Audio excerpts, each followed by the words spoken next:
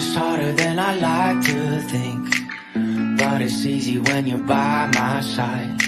No point in calling, you just have to see the fundamentals of our love tonight. Cause I've been looking at a photograph of you, and I've been thinking about all the ways you move. This isolation got me feeling like a movie, my love. Yeah, when I wake up, I feel empty, not beside you. My whole life been searching just to find you. This quality, it hasn't got the right to give, but it's the vibe.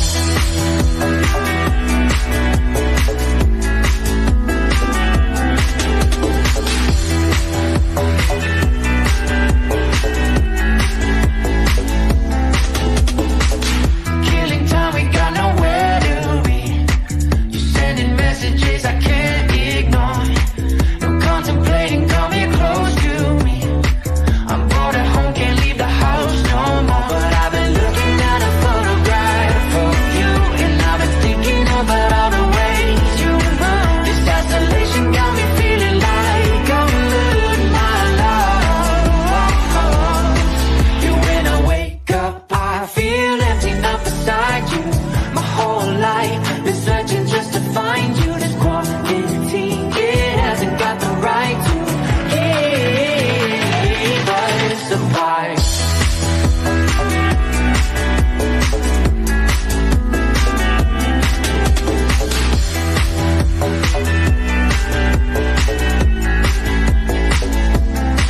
Yeah, when I wake up, I feel empty, not beside you.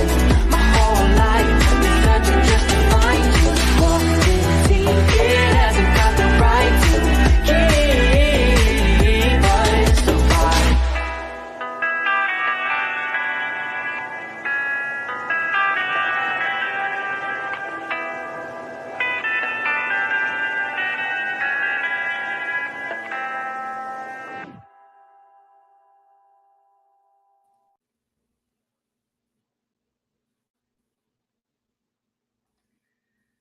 Okay, let me put a link out here. Copy. All right, hey everybody.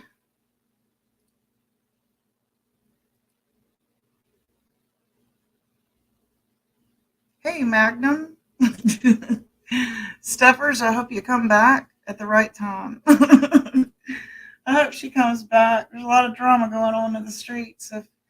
If not, you and I can just tell our story, and then maybe there'll be a part 2, right?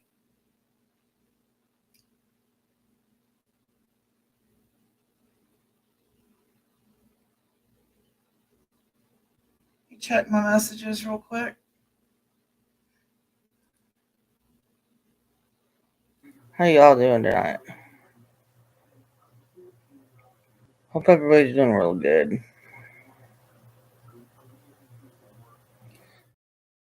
The real gypsy soul is in the house. That'd be me.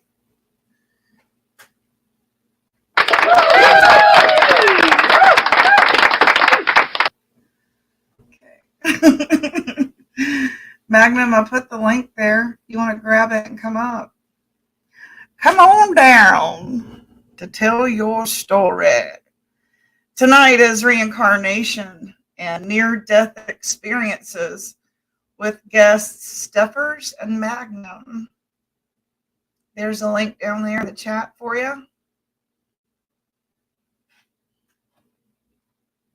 And let's hear some stories, and then we can go watch the football game, right? Or is the football game on already? The link is in the chat, Magnum.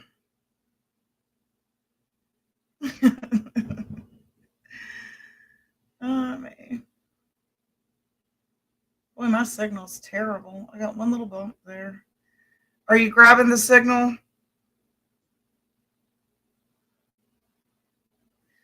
Okay, let me make sure it's you and you're not trying to porn bomb me. Hey! Hey, can you hear me now? Somewhere.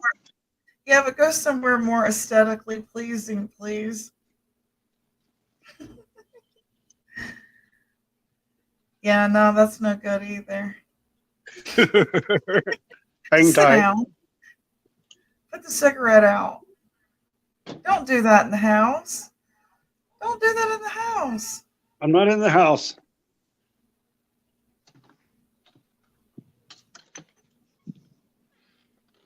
Oh, I see where you're at. Okay.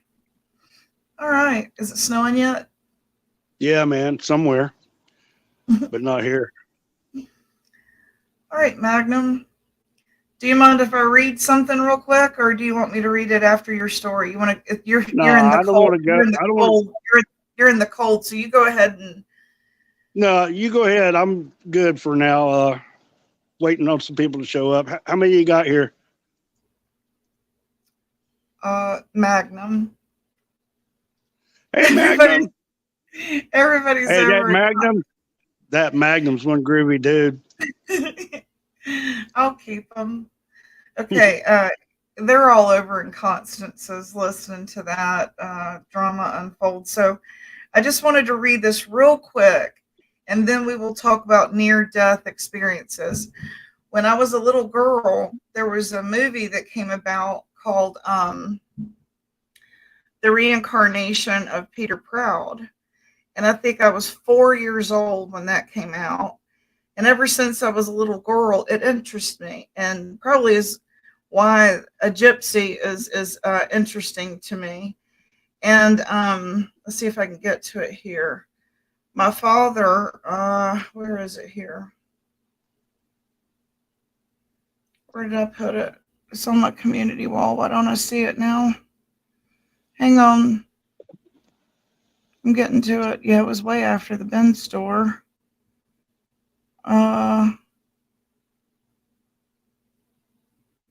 That's weird. Where did it go? You go ahead and tell your story while I look for it. I don't know why it's not here.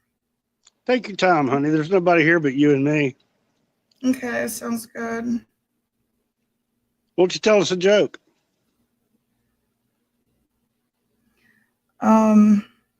If I'm looking for something, I kind of need you to do that, right? Oh, okay. I don't know any jokes. It's weird. It's not there anymore. I wonder why.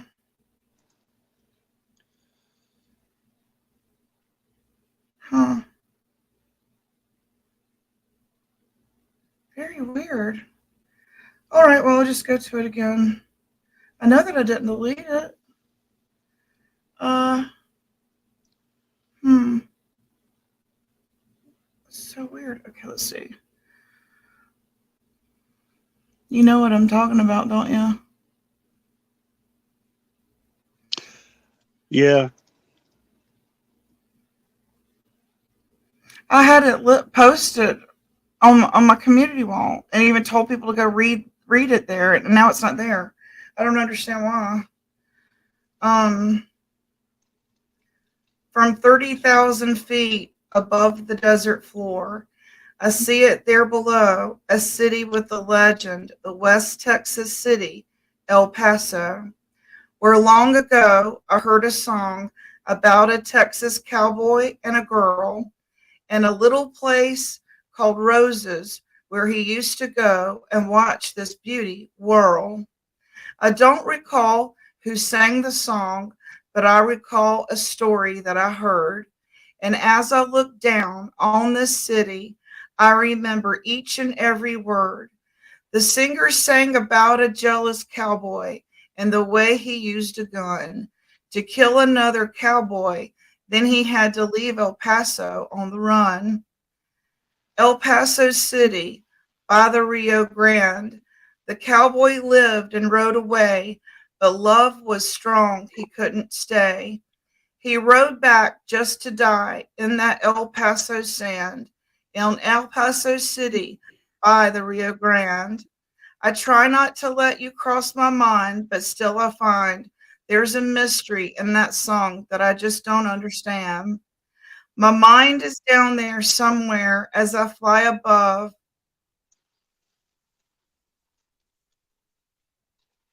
That song makes me cry. Who's this? Do I know you? Do I know you? Who? I don't know who this person is that just popped up. Hello?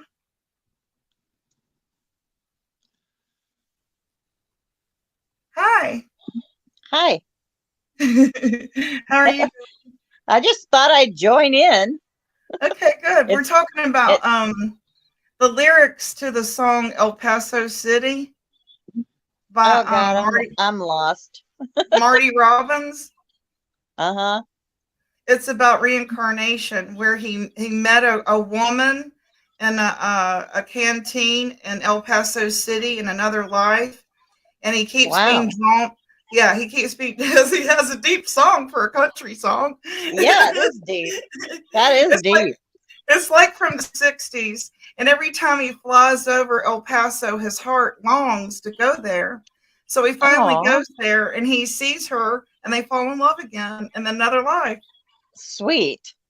Yeah, I thought so. It's one of my dad's favorite songs. So reincarnation was sort of a topic here and there, you know.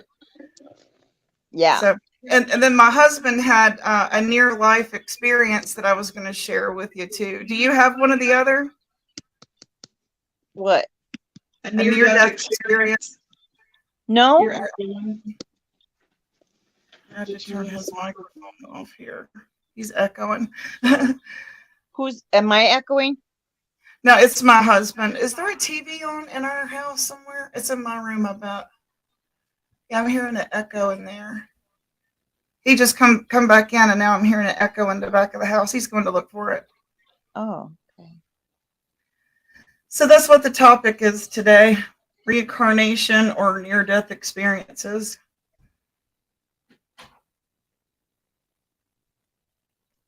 Okay. Well, I really like the reincarnation. Yeah.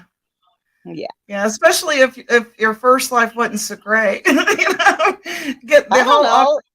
the whole thought of coming back and doing it again. I don't know. Maybe as a frog next time, I'd be happier. I don't know. I don't know. My sister said she would like to if she come back, she'd like to come back as one of my pets or something because Yeah. I treat them so well. Well, my husband, this is him, Magnum, up here. He's going to tell his story of a near-death experience. So you want to go Okay. ahead and start, Ken? I took Well, your I mic can't. off. I turned it on. Stop, Ken. He's being silly. Yeah, we couldn't hear. We could see your lips move. He's being stupid. Go ahead and Can tell you your hear story. me now?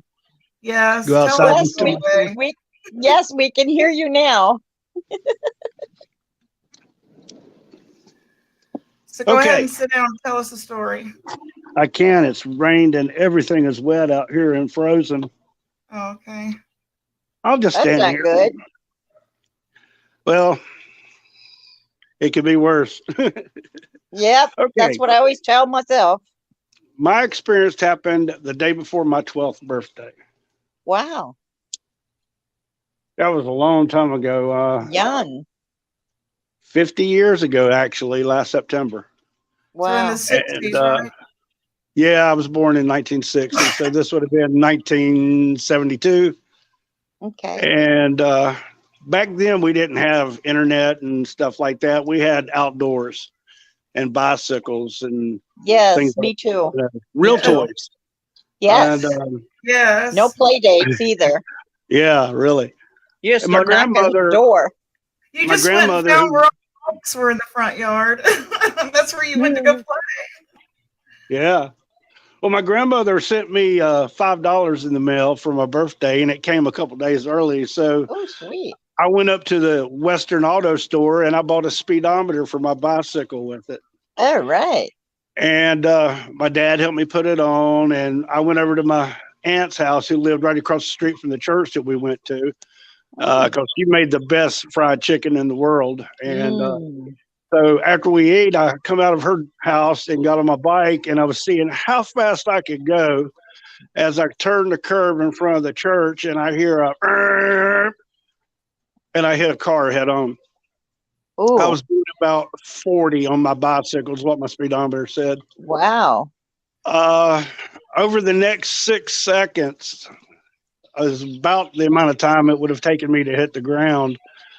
Um, I went to heaven right there and then and experienced God grabbing my head as I was rolling over the hood of this car, and I looked up and I saw his face. It wasn't anything like you see on TV or movies, but it was a calming face with deep blue eyes.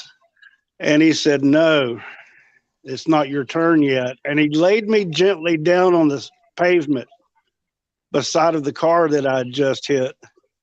And it felt like an eternity, but it was probably, like I said, maybe 6 seconds. Hmm. And I'm raising up off the ground. And this gentleman I hit him, it was my fault, was looking out of his window. He was terrified. And I raised my hand up and said, "I'm okay, mister," as he opened the door to his car and hit me right here in the chin and busted my chin open and knocked me out. I can see the scar. Yeah, and that's that scar right there. Mm. And I had to go to the emergency room, but I actually walked away that afternoon. I was very, very sore, but I'll never forget that 6 second time, which seemed like 6 minutes in time, when God grabbed my hand or my head in his hands and lowered me down onto the pavement softly so I wouldn't be injured, and said, "No, it's not your turn." So Mm. that's my near-death experience. That's beautiful Mm. Yeah, it's scary, experience. but and it happened right in front of the church we went to. Mm. So it's scary, but beautiful. What happened to Yeah. your bike? Oh, it went up into the air and came down through his windshield Oh no. and was sitting in the right front seat of his car. It shattered his windshield. Wow. And mom and dad had bought me a tent for my birthday, and I was so stiff and sore the next day I couldn't even crawl down inside of it. Oh shoot. They're trying to get you to feel better. Yeah. Mm-hmm. Yeah. I was born in 58, so Oh, okay. So we're the same age. Yeah. Those were the best times, Oh yeah. Mhm. they I mean, really I were. didn't have any play dates. I just went and gone. We had a neighborhood full of kids. You just go knock at the Same door here. That's right. and ask them if they could come out. And if they were grilling out, you got a burger too, Oh heck yeah. And Yeah. they I'm- did like, "Do you want to stay over for dinner?" Sure. Oh yeah. I've written a story about growing up in them times, and I'll have to read it sometime on Gypsy's page. It's about how things were different than they are now. Back then, everything was simple. Everybody knew everybody or was related to everybody. Exactly. And Your the bug. community played a part in raising your children. Yeah, Oh, yeah. the whole Oh, yeah, Ev- absolutely. the everybody- whole subdivision. That's right. Mm. It takes a village, know? doesn't it? It really does. And a communal. Yeah, and you knew everybody and everybody's kid by name. Yeah. I got Yeah, off you the go to bus this at the store. bottom of the hill, and by the time I'd gotten to the top of the hill to my house, if I'd said anything out of line, my mom already knew about it before I got to the house from getting off the Oh bus. yeah. Because everybody knew everybody, and they were on the phone all the time. That was the grapevine back then, or the internet. They Yeah. stayed on the phone with each And other. then I had like I stayed over and it's like it was just us kids, or whatever. Yeah. We sit at the table. It was like a lunch or something. And Yeah. we had sloppy joes. And I I went love home. those. I went home and asked my mom, "Why do you not ever fix sloppy joes? They're delicious." Why? I mean, gosh. I mean, these things are good, you know? Yeah, It's like, gosh yeah. darn. I remember it was a neighbor that gave me stovetop stuffing and shake and bake chicken, and I thought it Oh was the yeah. coolest thing. Yeah. Yeah. And You we know, go to and grandma's. all you really needed was a water hose, you know, to run Yeah. through. Yeah.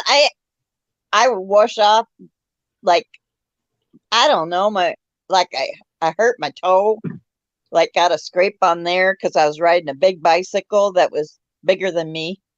And because I wanted to be a big girl. Right, And so I could ride that big bicycle.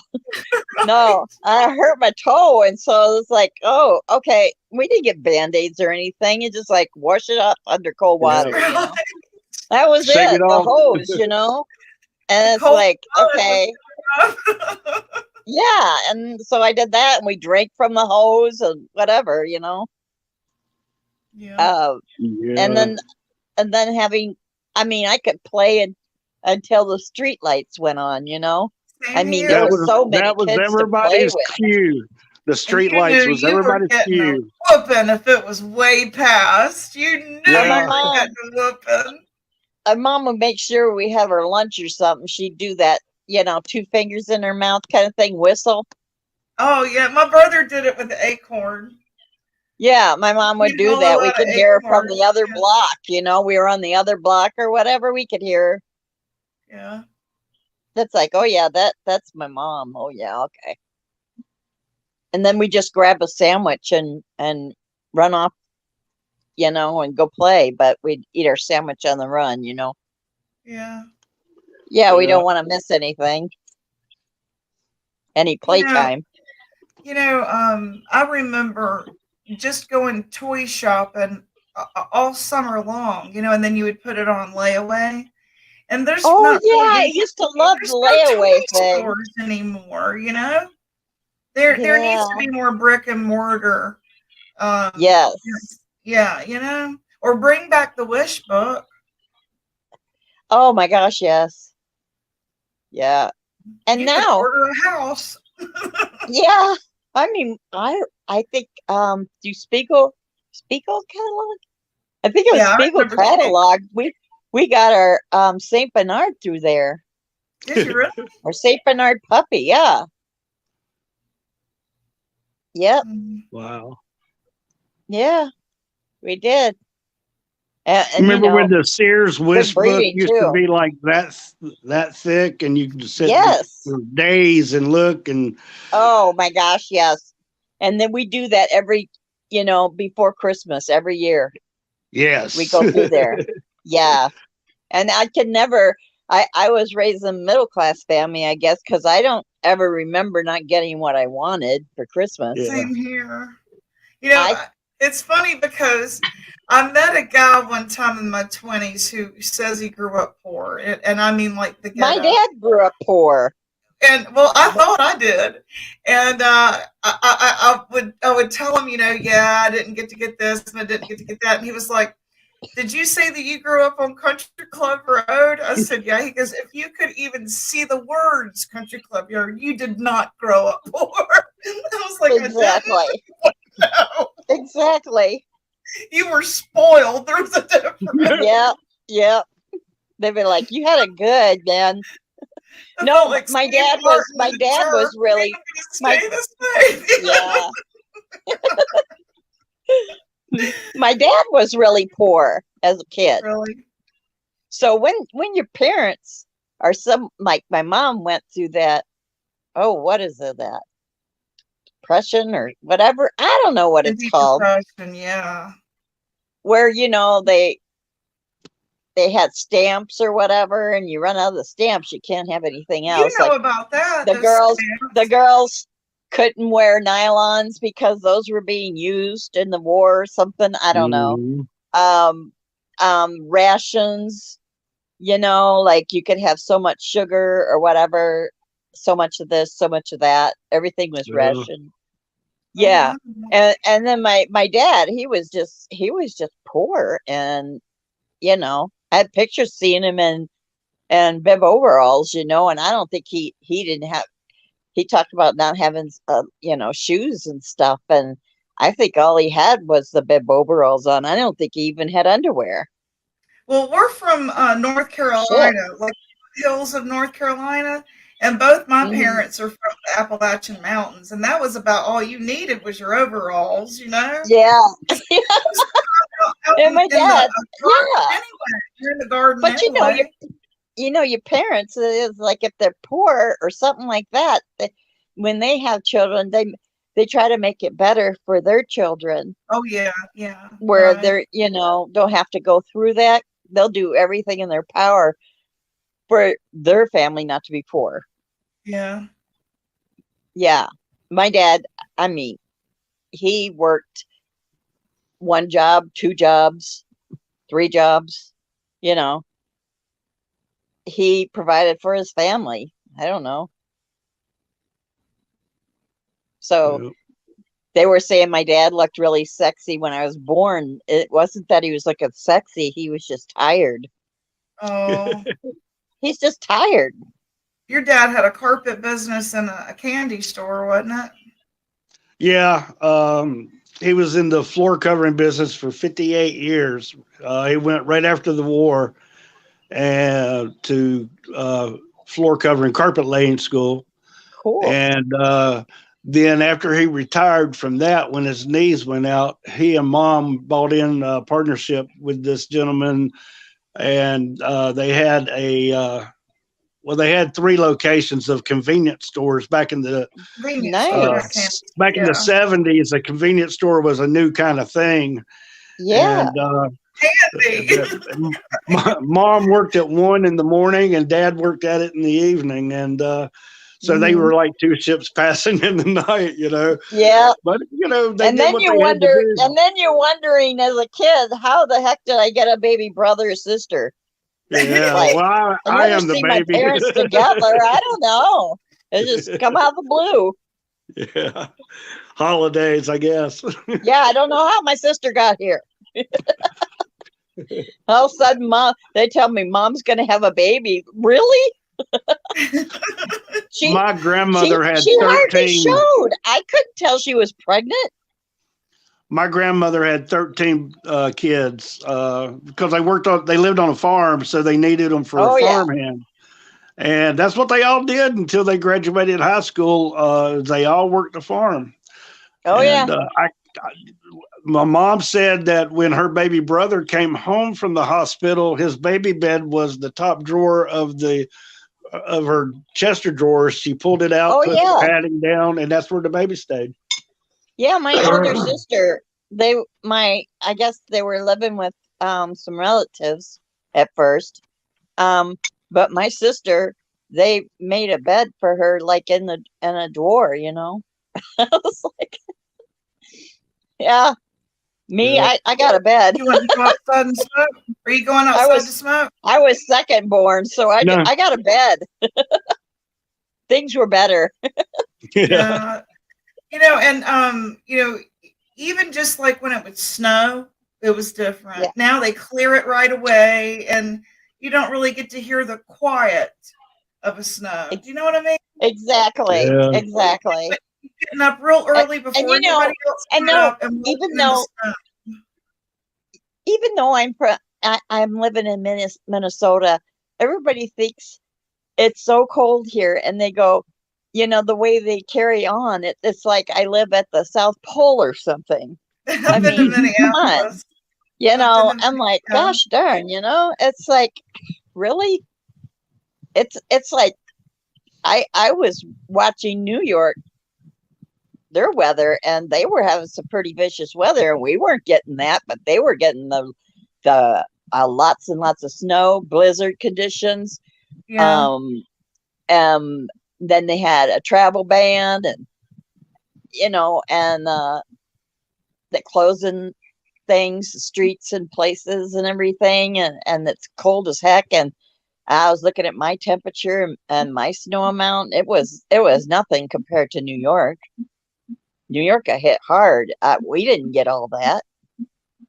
I remember So going to Minneapolis on a business trip, And I was in my Okay. 20s, and everything was just exciting. You know, I was on one of my first business trips, and the Yeah. doormen were dressed like Cracker Jacks. It was the coolest thing. They were standing there like Cracker Jacks and came and helped me with my luggage and all. It was just the neatest hotel. I wish I Oh, remembered the name sweet. of it, but it was. It was a Sweet. Was convention it I the? went to. Yeah, Mm, yeah. So I got a wow. good impression of. There's a lot of good shopping there. I There think I went to is. We the and of Mall of course we got the America. Mall of America. You know, Yeah, that's everybody what it wants to was. visit when they come here. Even my relatives. You know, from what is it? My dad's family is in. What is it? South Carolina or I'm in North somewhere around there. Carolina. Yeah. Or What's North the name of the Carolina? town? I don't know. North, South Carolina? I don't know. You I can have turn no your camera idea. off if you want to, Magnum. If you're gonna go smoke or something, you can turn it off. Okay. I'll Oh, talk to y'all later. Okay. All right. okay. Thank you. Thank I'll jump you. back up in a little bit. I got to do two things. Okay. Okay. Bye. Bye. Oh, He smokes outside. oh, I just vape. Oh yeah. He's Yeah, tried that, but I vape, he's but yeah and it's he's been like it's a Go ahead. oh no, it's mostly like you get it like flavored like watermelon, strawberry, Ooh, that sounds good. and so it has a little nicotine in it, but Yeah. I haven't smoked a cigarette since. It's been That's, a year and a half. is it more affordable like that too? Vaping? Yeah, It is. yeah. 'Cause Yeah, it's cigarettes are getting affordable stupid and now. it's not harsh on you like cigarettes are, Yeah. and you don't smell yucky. Yes. But Yeah, I I do like mean the way they with smell. fragrance like watermelon and strawberry coming out, I don't smell like cigarettes. Yeah. I don't. I don't smell like cigarettes at all. I hate the way they smell, don't you? And it gets in Well, everything. my husband smokes, right? And I wear a jacket or something and I smell like an ashtray. Yeah. I smell like an ashtray and I'm going, why did I wear this coat? Yeah. This So this smells bad. do you know anyone that's ever had a near death experience or anything with reincarnation? No, Yeah, but it's interesting. I think so too. I I've haven't got a thought of, couple of clips if you want to watch them. Do you want to watch a clip? oh no, I just talk with you. Okay. When like I was born in 70. So this movie, The Reincarnation of Peter Proud, came out I think when I was 4. And it's a love story too. It's a romance. Oh, Yeah, and it's something like was it Margot Kidder is the woman, and her hmm. husband dies in a car wreck, and she meets this man who turns out to be her husband but reincarnated. It's another love. Wow. Yeah, so That is so remarkable. yeah. So it's always been Wow. interesting to me. Wish Yeah. stuff like that would happen to me. Oh my gosh. Yeah, I know. Or even if if you would come back as like I know that I worked for a doctor one time, and she had been through all kinds of counseling therapy and all sorts of things, Hmm. and she discovered that she was a little boy that burned in a fire as a little kid, and Hmm. she had all these memories that she didn't understand, and through Hmm. therapy they realized that it's a possibility that she was reincarnated, and this was her. She was a little boy in another life, but she would have memories of something that she hadn't done in this life. So I thought Yeah. it was just sitting and listening to her talk. It was like, wow, and they were very vivid Hmm. details. So I always thought that was interesting. You know when they're talking about like you heard the reference like the sayings about a new soul and an old soul. Yes.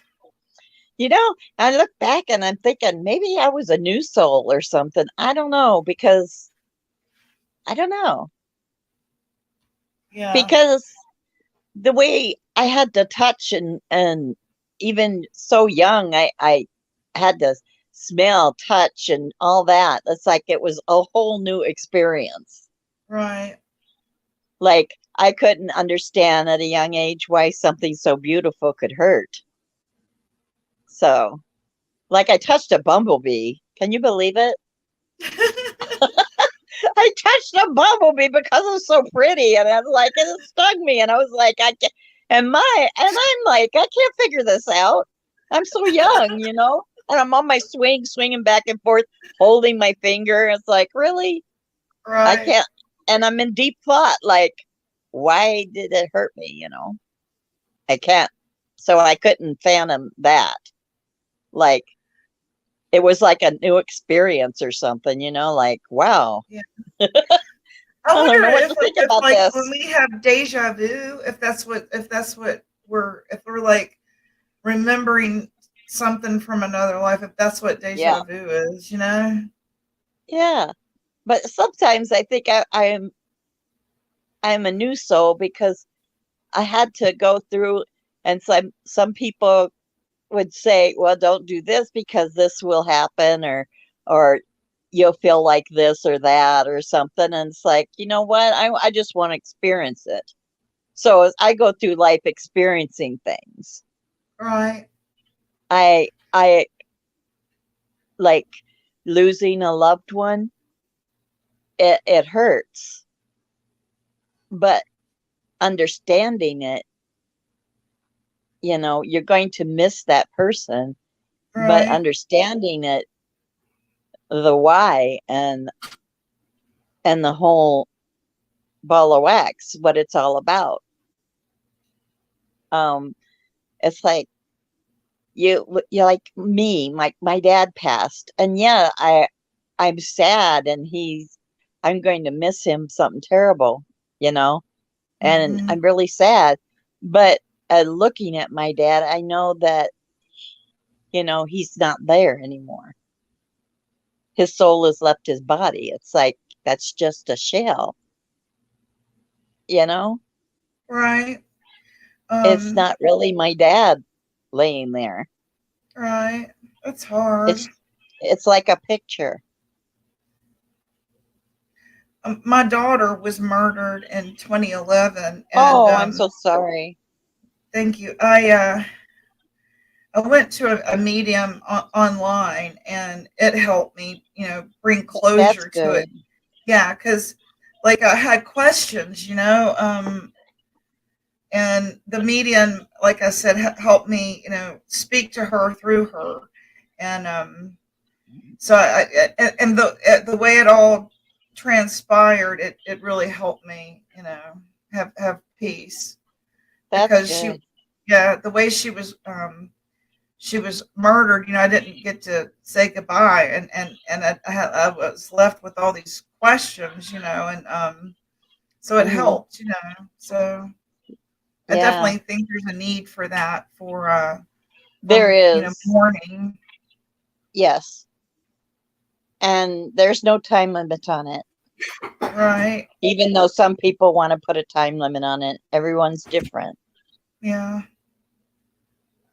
And even like at times, it's like, I believe that like your loved ones, and they're near you at times, it's like when I found out I had cancer, it's like certain things, my dad was letting me know that he was still around.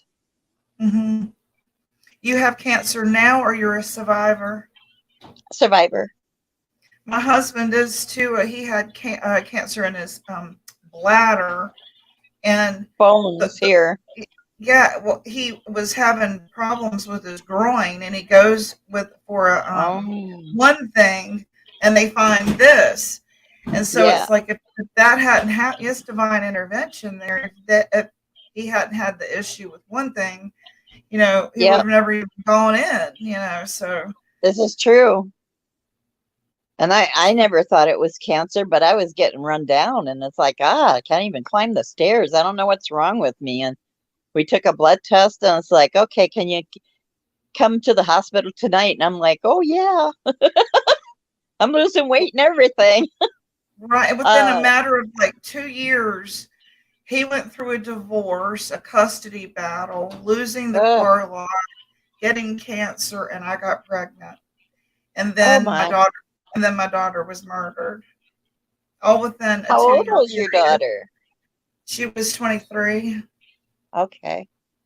Yeah. Darn.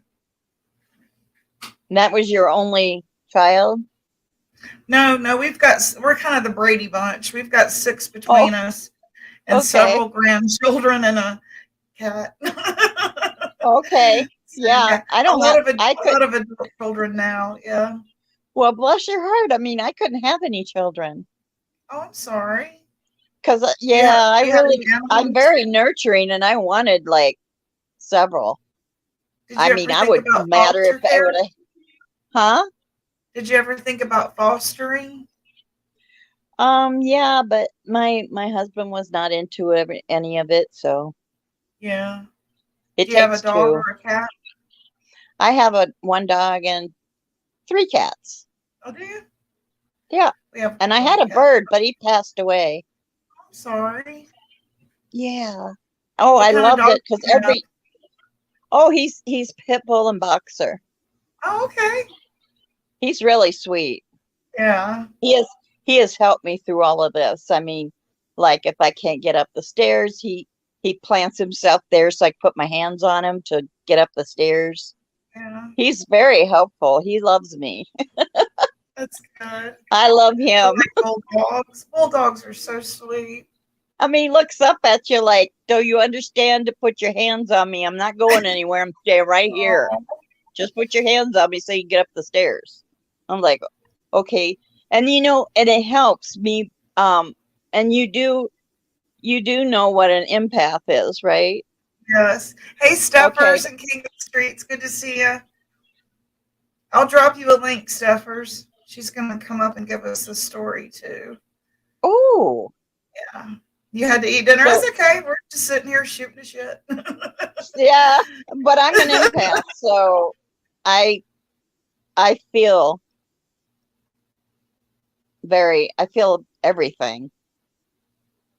And for a long time, it's like I could never figure out what the key was. And then I found out what the key was is to, like, I take myself to like a wooded area or whatever and Hmm. meditate. And when I walk out of there, I'm like as light as a feather because all of those feelings inside of me are not mine. They're other people's feelings, negative and positive. Yeah. The people that you live with, that's hard for them to understand. Like, I'll have a meltdown after, a Mm-hmm. couple of days. And especially being online, talking about, we do a lot of true crime on my channel. Yeah. And it's usually true crime and children. And Mm-hmm. it's a trigger for my childhood and a trigger for losing a child. And then on top of it Yes. all, an empath. And I have a meltdown and I have to like just step away, for a couple of days and Yes. watch old episodes of Dallas, just Yeah. and step Or out of when I get reality. the blues and try to clear my head, I'm like, okay, I'll watch some comedy Yeah, to cheer exactly. me Some up. Saturday Night Live or something, Yes, definitely. yes. Saturday Night Live is great. I Yeah, the love old Saturday Night Live. too. Oh, yeah. They have I old mean, episodes and stuff. I love it. you have to. Do you believe in reincarnation? I believe I do. I do. Even though I'm still a Christian, I believe that there's some sort of spirit manifestation that comes back. I do. In some way I do. I do. Same Because here. I kind of think of it like this. Um like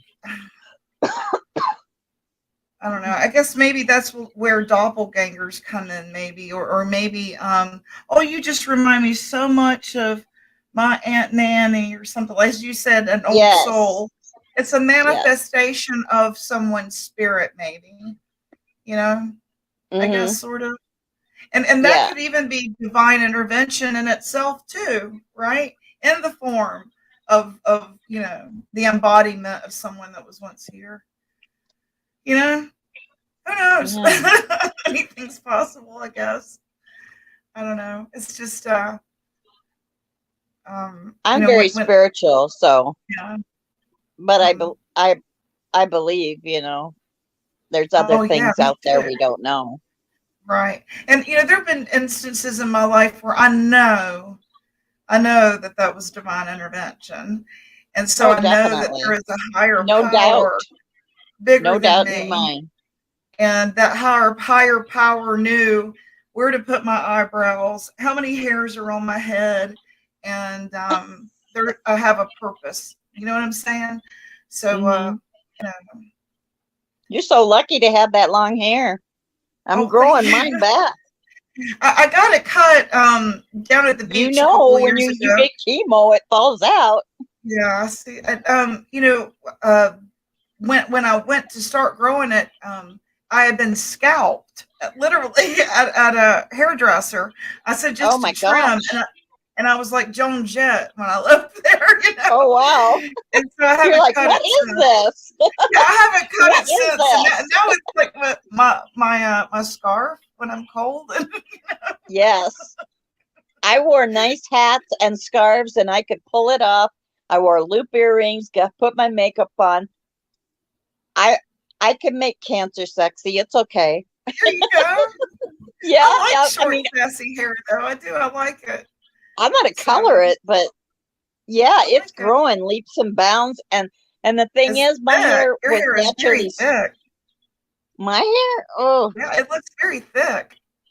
In the back, they say that it grows back different. Like in the back, there's curls in the back. I've never had curls in my life. Never. I have straight hair. But I've heard, somebody told me, like sometimes it grows back different. And a different texture? I have read that. Yeah. I have read that. Yes. Hey, Mountain Girl, good to see you. I'm glad you came. Stephers will be here in a minute to share her story of a near-death experience. Sweet. You want to hang around and listen to that? So, talking to me? Hope everybody's having a good. Today is Super Bowl Sunday, right? Is that today? I guess so. But I don't know. My sister's over at her boyfriend's cooking something, and they're watching a game. I don't know. I don't even know who's playing. That's terrible. I don't either. I usually just like the commercials anyway. Yeah. The funny commercials. Oh, yeah. They've got that one Clydesdale commercial I was wanting to see. It was a new. I love those horses. Yeah, dude, they're beautiful. Oh my god. Oh, they're beautiful. Oh my god. I've read they're like real heavy too. Yeah. Heavy animal. You could just lay on that horse. It's so big. Yeah, and like the way they go through the snow, they're real strong. Yes. Boy, now that we need one of those here in Minnesota, yeah. Do you have a lot of snow right now there? Do you have a lot of snow right now? No, we don't. We do not. But it's nothing. That's nothing. It's the ice. Oh, it's icy? Yeah. Oh, wow. I have a bad knee. Like tomorrow, I have an appointment to see a surgeon or whatever because I fell down on my knee. Yeah. Oh no, that's not like, good. oh yes, like something else on my plate, and I'm like, thank you very much. No. Bless your heart. Will you have to have it replaced? No, I'm thinking that they're gonna have to fix it or something. It's an ACL tear. Oh, okay. With other things wrong, so I'm thinking surgery. I'm not thinking. I don't even know what your knee has to be in what shape to get a knee replacement. I have no idea. My husband had it done, and it was very, very painful at first, but now he's so glad he did. What has to happen to your knee to get a knee replacement? What has to happen to your knee to get a knee replacement? Doctor has to recommend it. The doctor just has to recommend it. Tell the doctor you want it. That's it. Just tell the doctor you feel like you need it. Hey, Stormy. Oh, shoot. Yeah, they'll X-ray it. They've done that MRI. They've Yeah. done that in an MRI. Yeah. Yeah.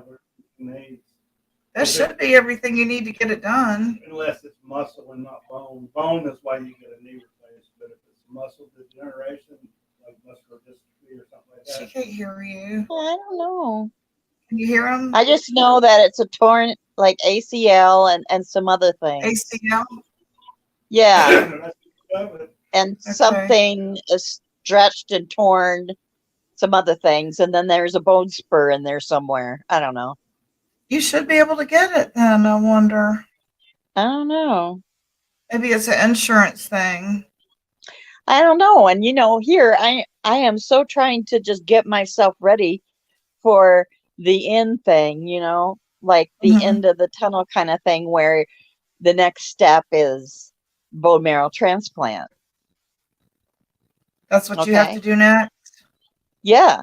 So I'm so Mm. trying to get myself ready for that, and things keep popping up. And I was like, okay, something else is dragging me down. It's like, okay. I'm sorry. I'll be praying for No, you. thank you. Yeah.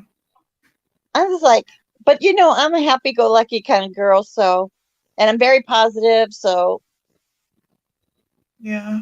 Do you I have a figured I was match for the gonna bone whip this marrow? cancer's butt, so, because I'm a warrior.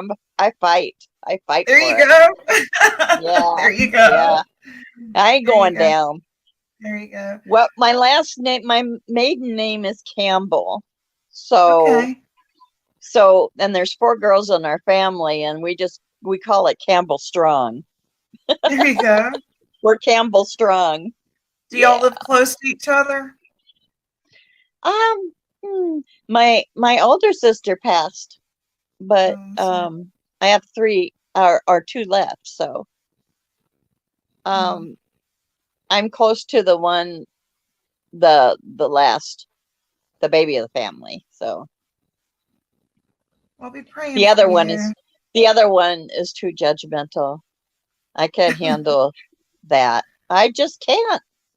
Right. If you wanna be nice and stop asking stupid questions and stop getting people's business, then I'm all in. Hey, Stephers, this is Sherry. Hi, Hi. Sherry. Nice to meet you. Nice to meet you too. So, how are you guys? Okay, I'm been just kinda laying in shit. bed because I have a hurt knee. Oh my goodness, I'm so sorry. It's okay. My mom, well, I watched my mom have a bad knee for like so many years, and man, it was hard on her. I fell in my bedroom, so it's like now I have this different mode. It's like, okay, when I get out of bed, put the brace on and then walk around. Be careful you didn't tear your meniscus, because that's what happened to my mom, and ended up giving her like huge problems like later on. Wow. I just know it's an ACL, torn ACL, and there's a bone spur in there and some other Watch things that. wrong. Watch that. I don't She ended know. up getting her knee replaced, and she was like, "I wish I would have done that sooner." I was kind of Wow. So we got some positive ones on the knee replacement thingy.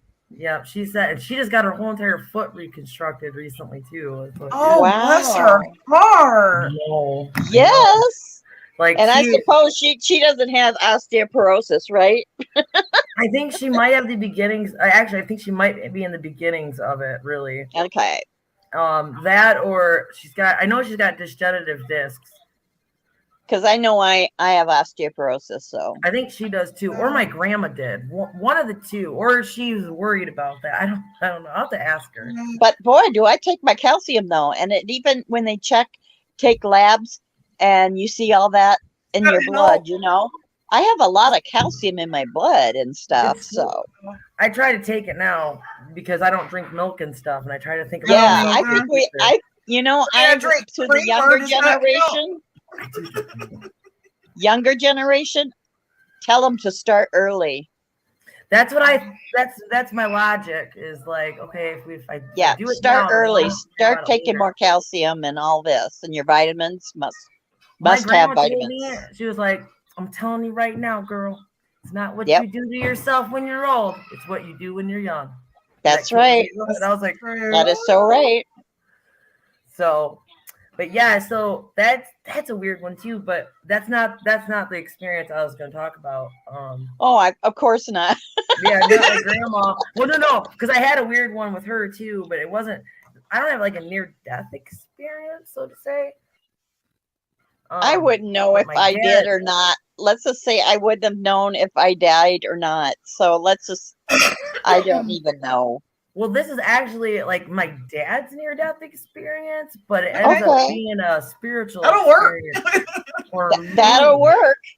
So that's why I was going to talk about this on my own live, and then I seen Gypsy was doing this, and I'm like, maybe I should just reach out over here and just join your panel. Oh, yeah. So, and I literally thought about it the day before, and I was like, that's a sign. Well, I'm glad you're here. I was talking to Never Silent, and I was on her panel last night talking about doxing. And she was saying how she covers a lot of difficult issues and that she, was wanting to do some other things with her channel. And I said, do you have fish by chance? Come to find out she has 2,000 some fish and all these tanks in her house. And I said, you should turn your camera around and and put it on the fish at night. I'll watch it. I will turn them fish on and it'll put me right to sleep. She said, that's what I'll do. I said, and then you'll have your hours in no time. And we got to watch fish. That's actually a really great idea. Can you guys see me? That's gotta be, yes. See you. Okay. That's gotta be like divine intervention. Because how the hell did I know she had fish? That is, and that's like weird experience. I have like those weird experiences in my life, like all the time. So now I don't even think it's weird. I'm like, oh, well, okay, it's one of those things. Yeah. Oh, here we go. Do y'all think like deja vu is similar to like what we're talking about? Like, I know that I've been here before. Is that maybe a reincarnation feeling? I mean, I don't know. I haven't figured out the deja vu yet, or even have an inkling on that. Yeah. But I do. I am weirded out when I have had that in the past, deja vu thing. Yeah. I have dreams of places I've never been, and they're reoccurring, and they're troublesome. Hey, the Den, good to see you, Luna. I've been able to like tell my ex-husband where he lived in Germany one time. Creepy. I knew it wasn't American. I knew it was a significant dream just because it was different and it felt different. Yeah. But I seen his dad. You're an empath too, right? In my life, and I swear on all my children, on everything that happened. And that was like my first weird experience. And I was like, oh my gosh. I was crying. I was like, this is so crazy. Wow. And then so I've actually had weird experiences ever since with like death. And then I don't really like it, but so it's premonitions and stuff. My son has those.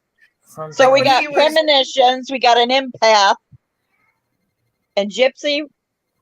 Well, I'll tell you, Maya, I totally, just like what I was sharing with her, with Never Silent and the fish last night. But like my son, he was maybe 3 or 4, and I was not on good terms with my mother at the time. She was in a mental institution, and it was a difficult time for me because I just lost my daughter. And he said to me, you need to go see your mother. And I said, I need to go see my mother. He said, yeah, Grandma. And I was like, honey, you ain't never even met Grandma, honey. What you talking about? Even watching SpongeBob, what are you talking about? And he's like, you need to go see Grandma. You don't have much more time. And she had lung cancer. And within a year, she was gone. Within a year, she was gone. And I listened to him. He reads tarot cards, and he's only 13. Yeah, so that's cool.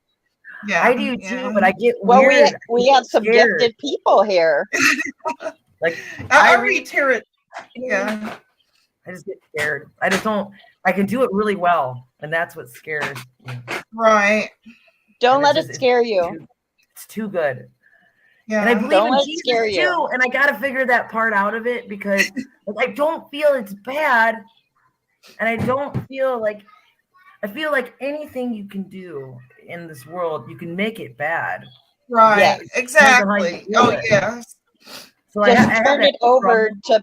to like it's a part of you. It's part of your ingredients. Right. It makes who you are. Like I got stones because I do believe in the stones because that's logical to me. Like the Yeah. earth is energy. The earth. Yeah. Yes. They can measure vibrations, so it makes Yep. sense to me that the stones have vibrations, and I mean I do feel that. I mean I can feel the earth, and it's just weird. I used to fight that. Just yeah, the best thing you could do is embrace it because at Yep. some point in our life, sometimes it feels like a curse. It really does. And you wonder if you're bad, you know? Yes. No, it's just too If your much. I soul's thought not it was too good. much for me to handle. It was like it filled me up and I could hardly breathe. I had Well, too many people's feelings inside of me. They weren't mine, but I didn't know how to get them out.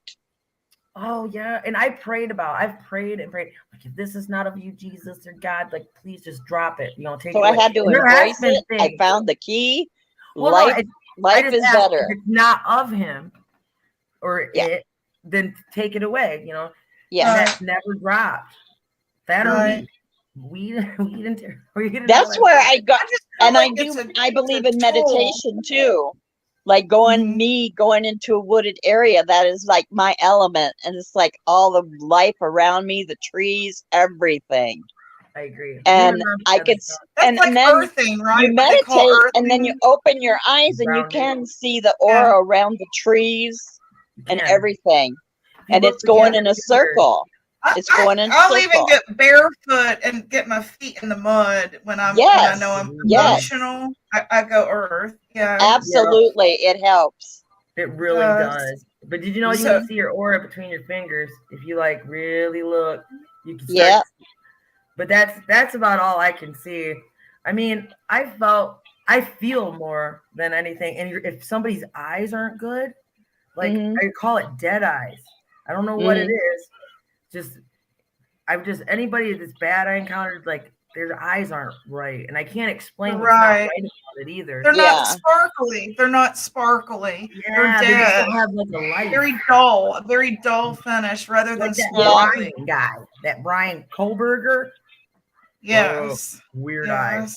But even on the internet, like I was always worried about, you know, am I going to be able to tell who's bad and who's good here? You know, you'll feel it.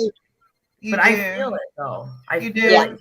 Whether Eileen Warnos, if you remember Eileen Warnos, the day before she was executed, she had this interview, and her eyes were coal black. But if you go look her up, she has blue eyes. But they ain't blue. They are not blue. And my mother would get like that. She's schizophrenic, or was. She's passed on. I've seen but people. Her eye color changed. And when she was in her psychosis, they were black. I mean, cold black. And it was like, you know, and I think there's a weird thing between that. Like, I do too. You know, it's a soul thing, isn't it? Yeah. Like I've seen your videos and stuff that you talked about, like, you know, you're bipolar and stuff. Do you ever wonder, like, are you really bipolar, or is it something? Or am I just an empath? Right. Yeah. And that's the way I look at it, because, like, even, you know, my old man, they like tried to say he was bipolar and whatever, you know, but I think exactly what you just said. He literally, if a cat's hurt, if the tree's hurt, if he'll feel it. He feels everything. And I don't, I've told him this, like, I don't think you quite realize how much you take on. Yes. And I said, I think that's what gets you. Yeah. You know, I don't know. And I have a hard time to say. I used to be like one of those energy vampires, and I don't know if I still am or not. And there are times when I'm on my meds, I don't feel a thing, and I hate that. I feel like I know, but the gifted people, you'll notice that a lot of them take medication.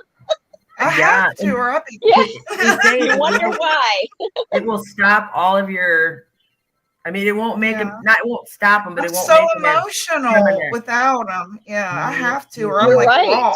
You know. Yes. I'm narcoleptic, so I have to take all this weird medication that I do believe it messes with me really badly in my. Yeah. I used to be so I much just more take it spiritual. for Yeah. anxiety, disorder. Yeah. That's Yeah. what I take. Yeah, Yeah. I'm on a couple of narcolepsy medications, and then I'm on a antidepressant for depression too. But mostly it's for these. I get these. I also have cataplexy, which it's a whole other weird thing. Right.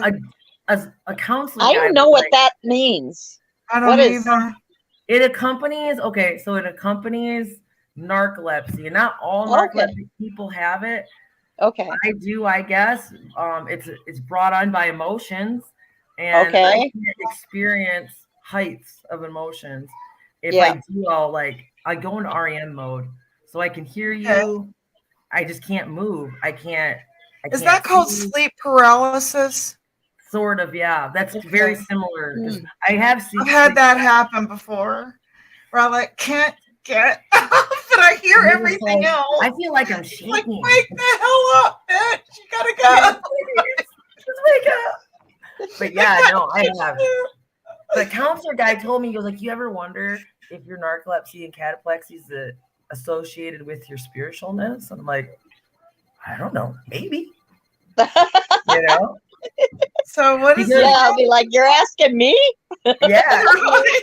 Because if I experience like too high of an emotion, I'll just pass out, or I'll get really, really tired. Like I can fall asleep eating, and I'm still eating.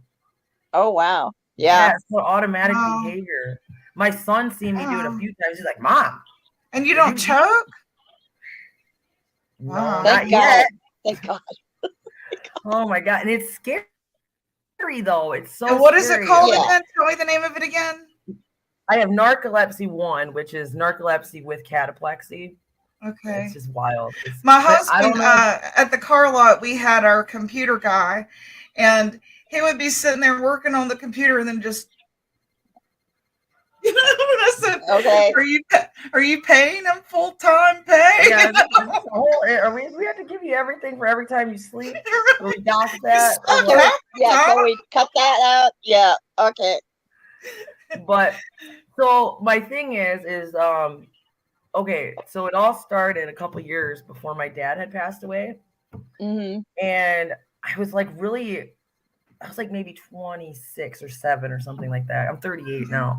Mhm. And I was really really worried about the afterlife, really worried about my spirituality, really confused about where to go, what to do, you know. I was at that point in my life.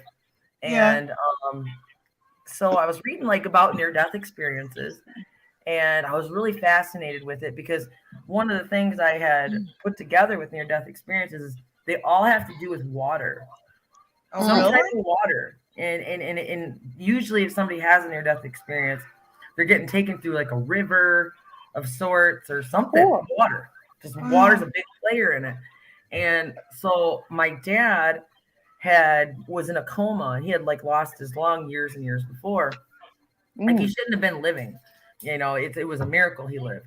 And we all swear it was prayer that saved his life. Uh-huh. So anyway, so I run over my dad's and my mom's because they stayed together. Like I'm like an abnormality amongst all my friends.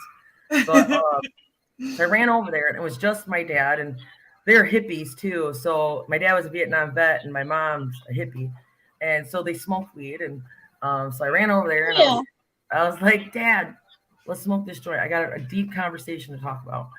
And I asked him, I'm like, and I explained to him all this stuff, you know, about near-death experiences and what I, blah, blah, blah.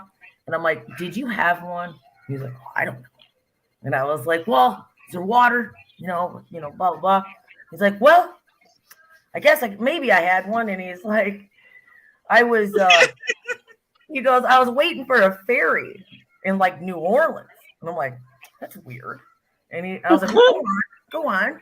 And, and he's like, I was like, well, who was there? He goes, a bunch of people. And I'm like, did you know him? He goes, no. And I was like, oh, okay. And I was like, so what'd you do? He goes, I went and asked, what are we doing? And what did he say? He goes, well, we're waiting for Esther May, which is my grandma, which is my mom's mom.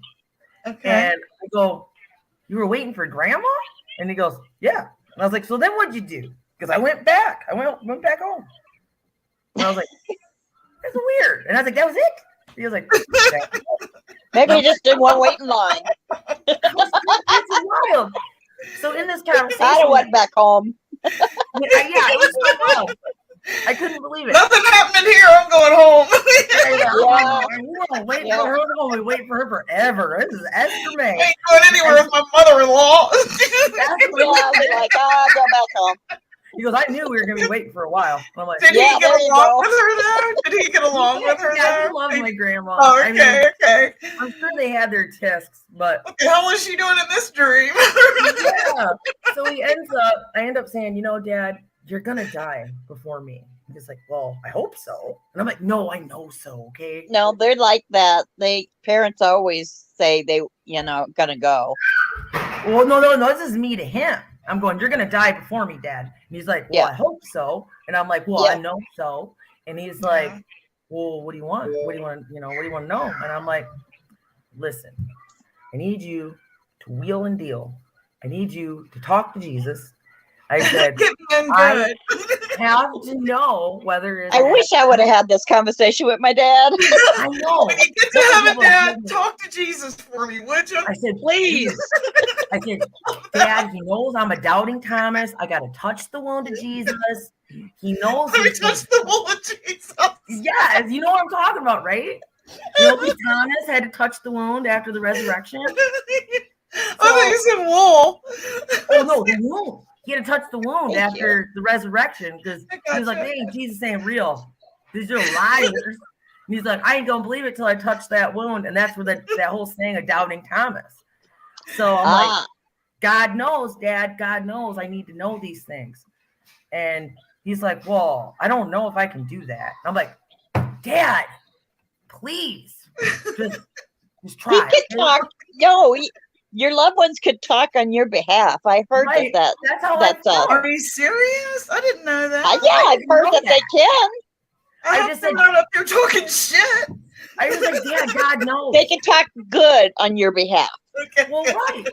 And God knew it wasn't a malice reason why I needed to know these things. And it wasn't that I didn't believe him, but I'm just a tangible person, and I can't escape that. So he was like, well, I'll just see what I can do. And I'm like, okay, that's all I'm asking. Yeah, that's all I needed to know. So as time goes on, whatever. Well, he came about 2 years later. He came and visited me, and I had moved like 4 hours away from where my parents had lived. Okay. And it was the first time I ever moved that far too. And my parents were married like 40 some odd years, and it was the first time they were ever alone. Oh, kids. So, and he only made it 1 month, which was really weird. 1 month though. 1 month is so weird.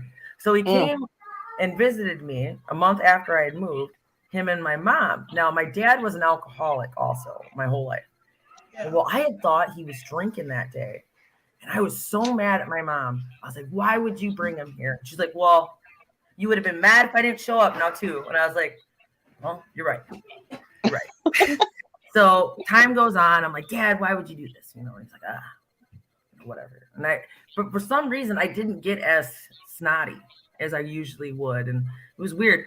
But I was really upset though, too, because like you're supposed to be visiting me and my son and my husband at the time. And, you knew I was going to take you guys out to this $1 million dinner because at the time I had, my ex-husband worked at a really good job and I wanted to treat my parents, Yeah. And so we end up going out to dinner without my dad because he said, oh, I'm sick. I don't feel good. And I'm like, fine, whatever. And so we go out to dinner at this really super awesome Italian restaurant. And it was like one of those like $30, $40 plate meal or plate restaurants. And, so we sat there and my mom was kind of sad, and I'm like telling her like, you need to move up here with me. You need to move up here with me for real. Because this is never gonna change. You're sad. I can't have you be like this, Mom. And she's like, I took an oath, and he's my dad, he's my husband. And I was like, whatever. Well, she's like, starts staring off at these old people, right? Like Mhm. this couple, and they're at least in their 90s, maybe not 90s, 80s, 90s. They're older. Yeah. And I'm like, Mom, stop. Right now, stop that. And she's like, what? And I'm like, stop, Mom. She's like, I'm not doing anything. And I'm like, Mom. And she goes, so it was one of those things. So we sit down, we eat. Those old people stopped at our table. And they were like, and it was the old man. And he was like, we have to say, you guys are the most beautifulest family that we've seen in all of our 80 years. Aw. Yeah. And it was very weird. Like, Oh, sweet. the lady was like, she never said anything. And I was like, thank you so much. And they walked away. And then we're all sitting there like, I was going, whoa. I go, and I'm like the black sheep, blunt one of the family, I go, Yeah, that's me. I was like, did y'all not feel Jesus? Did y'all not? How you feel? I said, he just came to the table, told us we were the most beautifulest family. And my mom, everybody's like laughing nervously and whatever. So I go home and I post that on Facebook. Jesus just came to our table. And I explained that. My next post was March 3rd, 2013. And I go, oh my God, please pray for my dad because I think I just found him dead. Okay. Creepy, right? Creepy. Hi. Oh, I'm going to get in trouble by your dad. You better go. He's come. She runs a daycare, so we'll just wait. She does. I'm kidding. You run a daycare? It's a joke. It's a joke. So anyway, I do though. You would think I would. That's the best time though, because So one of these funny. days it'll get quiet. I know. It's been quiet for too long. That damn daycare she runs. She's like, yes, I have children. Yeah, we're only missing one. He's at his dad's. But so anyway, we I go home and I'm like, Dad, I really wish you would have came. And I said, are you drinking a lot? And he goes, yeah. And I'm like, damn, Dad, damn, well, he goes to sleep and whatever. Now my dad's in and out of the hospital a lot. Like he just had like some like anal cancer, and then he had like lung cancer and all this other stuff. And he recently just got checked. And so I had gotten up at like 5, 6 in the morning for just randomly. And I was like, I started writing in a journal back then. And I should start that up. I know that's a good idea. I stopped right after that. She has cancer too. I'm cancer free now. Okay, for a year. Hallelujah. That's amazing. Yeah. My friend I had the bone cancer, My friend had the small cell lung cancer. Okay. So we're worried. But I'm supposed to get the bone marrow transplant soon, I hope, because we already found somebody for me, and all I know is she's 23 and lives in the United States. That's all I know. I actually, at one point, I was on that donors list for bone marrow cancer. Were you really? I really was. Cool. And then I was really, really scared if they ever called me because I heard that hurt so bad. But if it was to save somebody, I would do it. But at the same time, I was like, man, I hope they put you to sleep. Yeah. But I would have done it if they would have called me. Can you donate blood and stuff like that when you have a mental illness or you smoke weed? I think they clean your blood somehow. I don't want that crazy lady's blood. Why does she keep coming in here? Well, they're not going to platelets. I remember getting transfusions of blood, but also platelets. Right. Yeah. I think they clean the blood out somehow because they put it in those infusions to like wash it. So I got both of those when I was in the hospital. I was really bad off, and I was in the hospital for a month. Oh, wow. Yeah. My mom had to get transfusion when she was a kid. She had something. I don't even remember what's wrong with her. But yeah, so anyway, so I'm in the bathroom and I see like this trail of blood like to the toilet. And I'm like, Holy cow. I'm like, who's bleeding? And I Yeah. can hear my parents and they're awake. And I can hear it like by their breathing. I can just know they're awake. And I hear my mom going, Steve, are you bleeding? And I hear him go, yes, but I'm not going to the hospital. Never ever doing another invasive surgery. And I go, oh no. I said, you're going to hospital. And I run in and I tell my ex-husband, I was like, you gotta go force him. And he was like, I can't force him. And that was the first time he told me that. And I was like, fine, whatever. It's fine, just whatever. Fine, he'll just die. Nobody cares, you know? And I'm like really mad. And I'm like, Dad. And he goes, I'm not going, Stephanie. He goes, I just got checked. There might be. Should be in there. And he's like, just got checked and blah, blah, blah. And I'm thinking he's drinking though. And I'm thinking it's getting worse and all this other stuff. Well, to make a long story short, you know, he ends up passing away at my house, right? The last time I looked, it's okay though. It actually wasn't a bad experience, really. Okay. So I go upstairs because I smoked in the basement, and my dad's not at the kitchen table. And the last time I looked at him, his eyes were glowing. I swear to you, on everything, his eyes were like glowing, and I thought it was just from the sun. And I'll get to that point. So I go in there, I don't see my dad, but I see his legs laying across the bed, really strange like. And I'm like, oh man. And I had a weird feeling. And I ran in there and I could just tell something wasn't right. And I touched him and I knew he wasn't there. And I run down and I go, oh my God. I said, I think I just found Dad. And my mom goes, everybody's like, what? And I'm going, I really do think I just found him. I said, I think he's gone.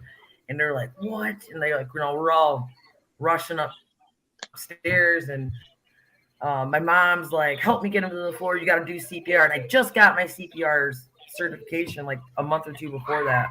Wow. And so we go to lift into the ground. And I like went into shock. I go, oh my God, he's dead. And I started running. And I ran outside. And and it's like 2 feet of snow outside. I run outside, I have no shoes on. I'm just, oh my God, he's dead. Oh my God, he's dead. And so, oh wait, turn that back on. And I come back in. And my mom's like, Stephanie, you got to do CPR. And I'm like, oh my God, okay. So I start doing it, and I'm gonna punch you. So I ended up doing the CPR. Well, just fluids and just things was happening that weren't right. And I'm like, he's like so not here. And I like got up and I looked at my mom and I'm like, Mom, Dad's not here. Dad told me when I was like 7 to pull the plug. And I said, and I didn't understand it. And I said, but I can't. I said, if I can bring him back, he's brain dead, you know? That was really hard because I had to tell a woman that her life partner, it's like she wasn't even my mom anymore. And that changed too. Our relationship changed a little bit also. So, you know, so anyway, we go home and, you know, well, wait a minute. Let me go back a little bit. So we go to the hospital, and that was like wild because we get there and, you know, they take us to a room and, you know, they tell us like, you know, like, they're like, I was like, so was there a chance that you could have came back? And they're like, no. And I'm like, you mean to tell me I did that CPR for nothing? And they go, what do you mean? And I go, he was going to die anyway? And I was like, that is my worst fear. And I said, this ain't even right. And I was like, so mad. And I'm still in shock, you know? And the guy is like, the guy's named Dr. Nicely. And he's like, no, you gave your dad's heart rhythm. He goes, his body couldn't pump blood again, but it tried. It was because you did that. And I'm like, okay. So it wasn't in vain. Yeah. It wasn't in vain. So we go into the room and we see my dad, you know, and they're like, he's on a ventilator. And we're like, we've seen that. We're good. And So we're standing there, and my mom's crying, and I am not okay. I was born a cradle Catholic, so we just don't talk out loud and all that stuff. We're standing there, and I just go, "Amazing Grace," and my mom like looks at me. You turned Southern Baptist right there. I don't know what happened. No, I don't know. I'm Southern Baptist. I am too. I am too. And I was just like, that's what we always sing when someone dies. Yes. I thought about my grandma. That was the Greek. I think she was Baptist, actually. Oh, okay. I'll have to ask my mom. Sounds right. I'm gonna have to ask her. I'm surprised she's not in here because I told her I was going to talk about this. But so I end up. My mom's like, "How sweet the sound." We're like singing together. My ex-husband takes his hat off. He don't know the words. His main language is German, whatever.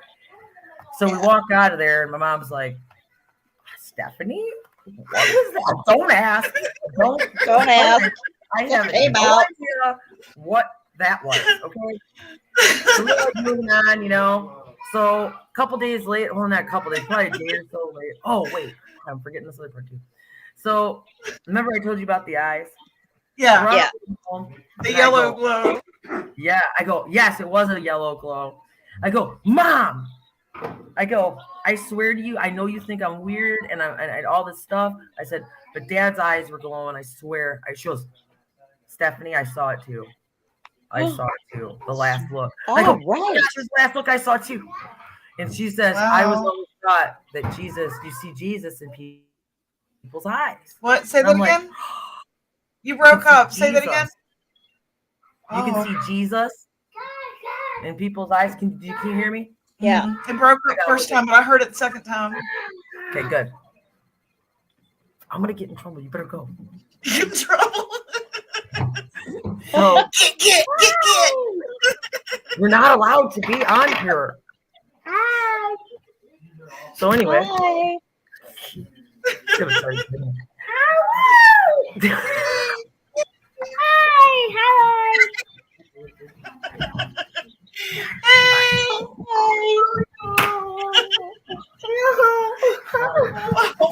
Hi.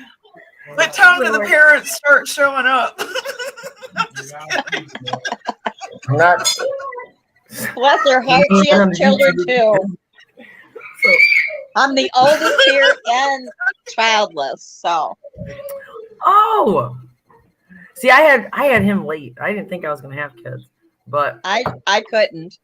No, because I had cysts on my ovaries, messed everything up, and oh man, that happened to a friend of mine actually. Yeah. So yeah. Anyway, so I was at home, or we're on our way home, and freaking, the eye thing happened or whatever. When we get there, and my mom's best friend's there, and she's like, "You wouldn't effing," and she's kind of crude lady. "You wouldn't effing believe it." She's like, "The eye bank called. Not even 4 hours. He ain't even gone 4 hours, and they won his damn eyes." And me and my mom were like, "Oh my god." We're like, "Yeah, absolutely." And so we ended up donating his eyes. Okay. No, we didn't think there was any type of part of him that was even worth anything. We never thought about his eyes. Yeah. So I ended up writing an obituary a couple days later, and I have this moment of, I'm really mad at God, right?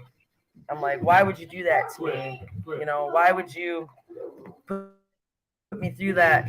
Like, he was gonna die anyway. It was my dad. Uh-huh. So I start flipping through the music and stuff, and I hear like, "Get rhythm, you get blues, get rhythm." And I was like, I am not listening to that. Okay. And then I got this other song. It was a Willie Nelson song, and my dad was a Willie Nelson fan. That was his favorite guy ever, and I never heard this song before. And I was like, I went to go skip it, but something like stopped me, and it was like, "No, you listen." And I was sitting there listening, and it was called "Too Sick to Pray," and it was about your last day. And it was like, Mhm. you know, it was all about I'm praying for my family, God, and just take care of them when I'm gone. And at that minute, I realized, like, it came over me like a ton of bricks, and it was like you would never been able to get over your fear of death until you faced it head on, and it had to be your father. And I was like, what? And it was like this weird, like, "Mah," and I was all right. I was okay with Mhm. his death. I realized that that was his time. Okay. Mhm. And with the eyes and everything. And he died on 3/3/13. You know, Wow. my Huh. birthday's December 3rd, my sister's birthday is October 3rd, and my brother that passed away before I was born January 13th. Hmm. So he died on 3/3/13. He died on his kid's day of birth. Yeah. Wow. Isn't that creepy weird? Yeah. So I knew that was his appointed time. So I was okay with it. Mhm. So moving on, I find out my ex-husband was cheating on me and stuff, and we were trying to work some stuff out. And this is a few months later. And I see red birds all the time, cardinals and all sorts of shit. Yeah, my dad's favorite bird. Yeah, I hear I read about if you see a cardinal, it has to do with a male person or a father. And I read that. Really? Yes, I read that way later on after all these red birds all the time. That's our state bird. When we see them, we were told just growing up in Appalachia that you have company coming. Oh, A red bird. Yeah. So my mom would start cleaning the house if she saw one outside. It's like nobody's coming on. My brother, the one that had passed away, a sparrow flew in through my mom's chimney. And that means that someone's going to die if a bird flies into your house. It means someone's going to die. My mom, of course, like a movie, was like, I hope it's not this baby. And she went to labor the next day. And lost my brother. Oh, wow. Yep, she blames that bird. Oh, wow. And that's what she tells me all the time. You better watch that stuff. That stuff ain't, that stuff's real. And I'm like, yeah, Mom. So anyway, I go to Nashville, Tennessee. And yep, and I'm in Michigan. So it was kind of a long ride. So my buddy was like, look, man, this is gonna make or break your marriage. Like, this is it. And I'm like, oh, I know, So, and because I used to take pictures. I don't think I've gotten to go to Nashville. I've been to Knoxville and I've been to Gatlinburg. That was my second time in Nashville. Really? But it was all music related. Like, 'cause I used to do band photography and I used to be real big involved in music here. My husband's a photographer. No shit. She's a band photographer. See, we're learning. We have things in common. Yeah, he plays guitar too. Yeah. Yeah. I'm one of these days when I can one of these days, that's my whole point of my channel, is to try to bring myself back as an artist, because I lost it all after my dad died. Let's get a babysitter. Huh? Babysitter. That too. You guys are just ask Team Rose and all those people. They've seen all my work on New Year's Eve. Rose asked me to show it, and I did, and that was the I needed to get a YouTube channel. And are you exposing your children to like clay and pottery and throwing pots and that kind of? My kids loved playing and that's earthing too. Clay. That's earthing. A really stressed out mother over the last year. That's what I'm saying. There's a lot of things about me I gotta change. And I used to be like way more artistic with my kids and just everything. I've just been under a lot of stress for a long time. And I just need even got like a shower art. You can get like shower finger paint and things like that. So even in the shower, they were like art. I never thought about that. I didn't know how bad. They stayed in the tub a lot longer too. Yeah, my wife, you don't even like the bath. If you tell me I have to take a bath, no. Yeah, but make that fun. Yeah, make it fun. They always like to get red because it looked like blood, and they're like, that they showered up. He would. And to think, I only played with the bubbles. Right? Yeah, that's me. You make them colorful. I used to have these colored bubble things when I was little. But yeah, so we're in Nashville, right? And I get this. I'm outside. I'm drinking. So this guy comes up to me. This like weird guy. But he has glasses like my dad wore. And I'm like, let me tell you about the greatest American soldier that ever lived. Okay, Mr. Dad. Okay. Okay. Okay. What branch And I of the tell him, service was he? What branch of the service was he? Well, he was a dust-off medic in Vietnam. And Okay. then he stayed and did the National Guard, and he was a staff sergeant of mess hall. Oh, okay. Cool. So he could cook good, huh? Oh yeah. Oh Yeah. yeah. Yeah. Oh yeah. And that's what he said. He goes, the best place to be is the mess hall. Like, I don't know why. Now, see, I think cooking is art too. You know, that's My dad could that's cook somewhere for good. me My to be mom was not a creative, good too. cook. No. Both my parents cook differently. Yeah. My mom was not a good cook. No. No. Because I had to think like later on, like, why do I put gravy on my meat? It's because mom cooked it to death. I do. Oh, you mean like the other way? It was It dried was out. so dry. Oh, okay. I got you. I hate liver and onions to this day because I just chewed and chewed and chewed and chewed. I have never had that. I can't do it. Liver I'm and so onions. scared. My grandma used to eat that all the time, and I'd be like, no. I contemplated running away how about over oxtail the soup? many times. Oxtail soup is good.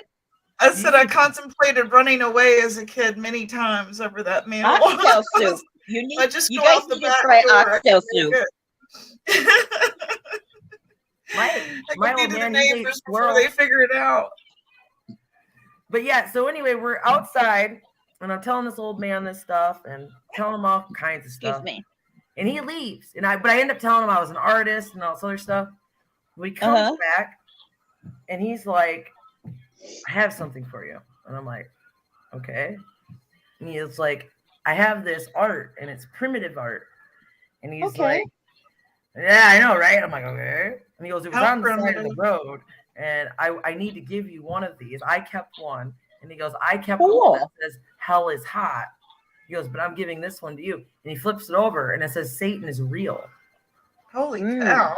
And I must have had a weird look on my face because he was like, well, you don't have to take it if you don't want it. And I go, oh, no, I want it.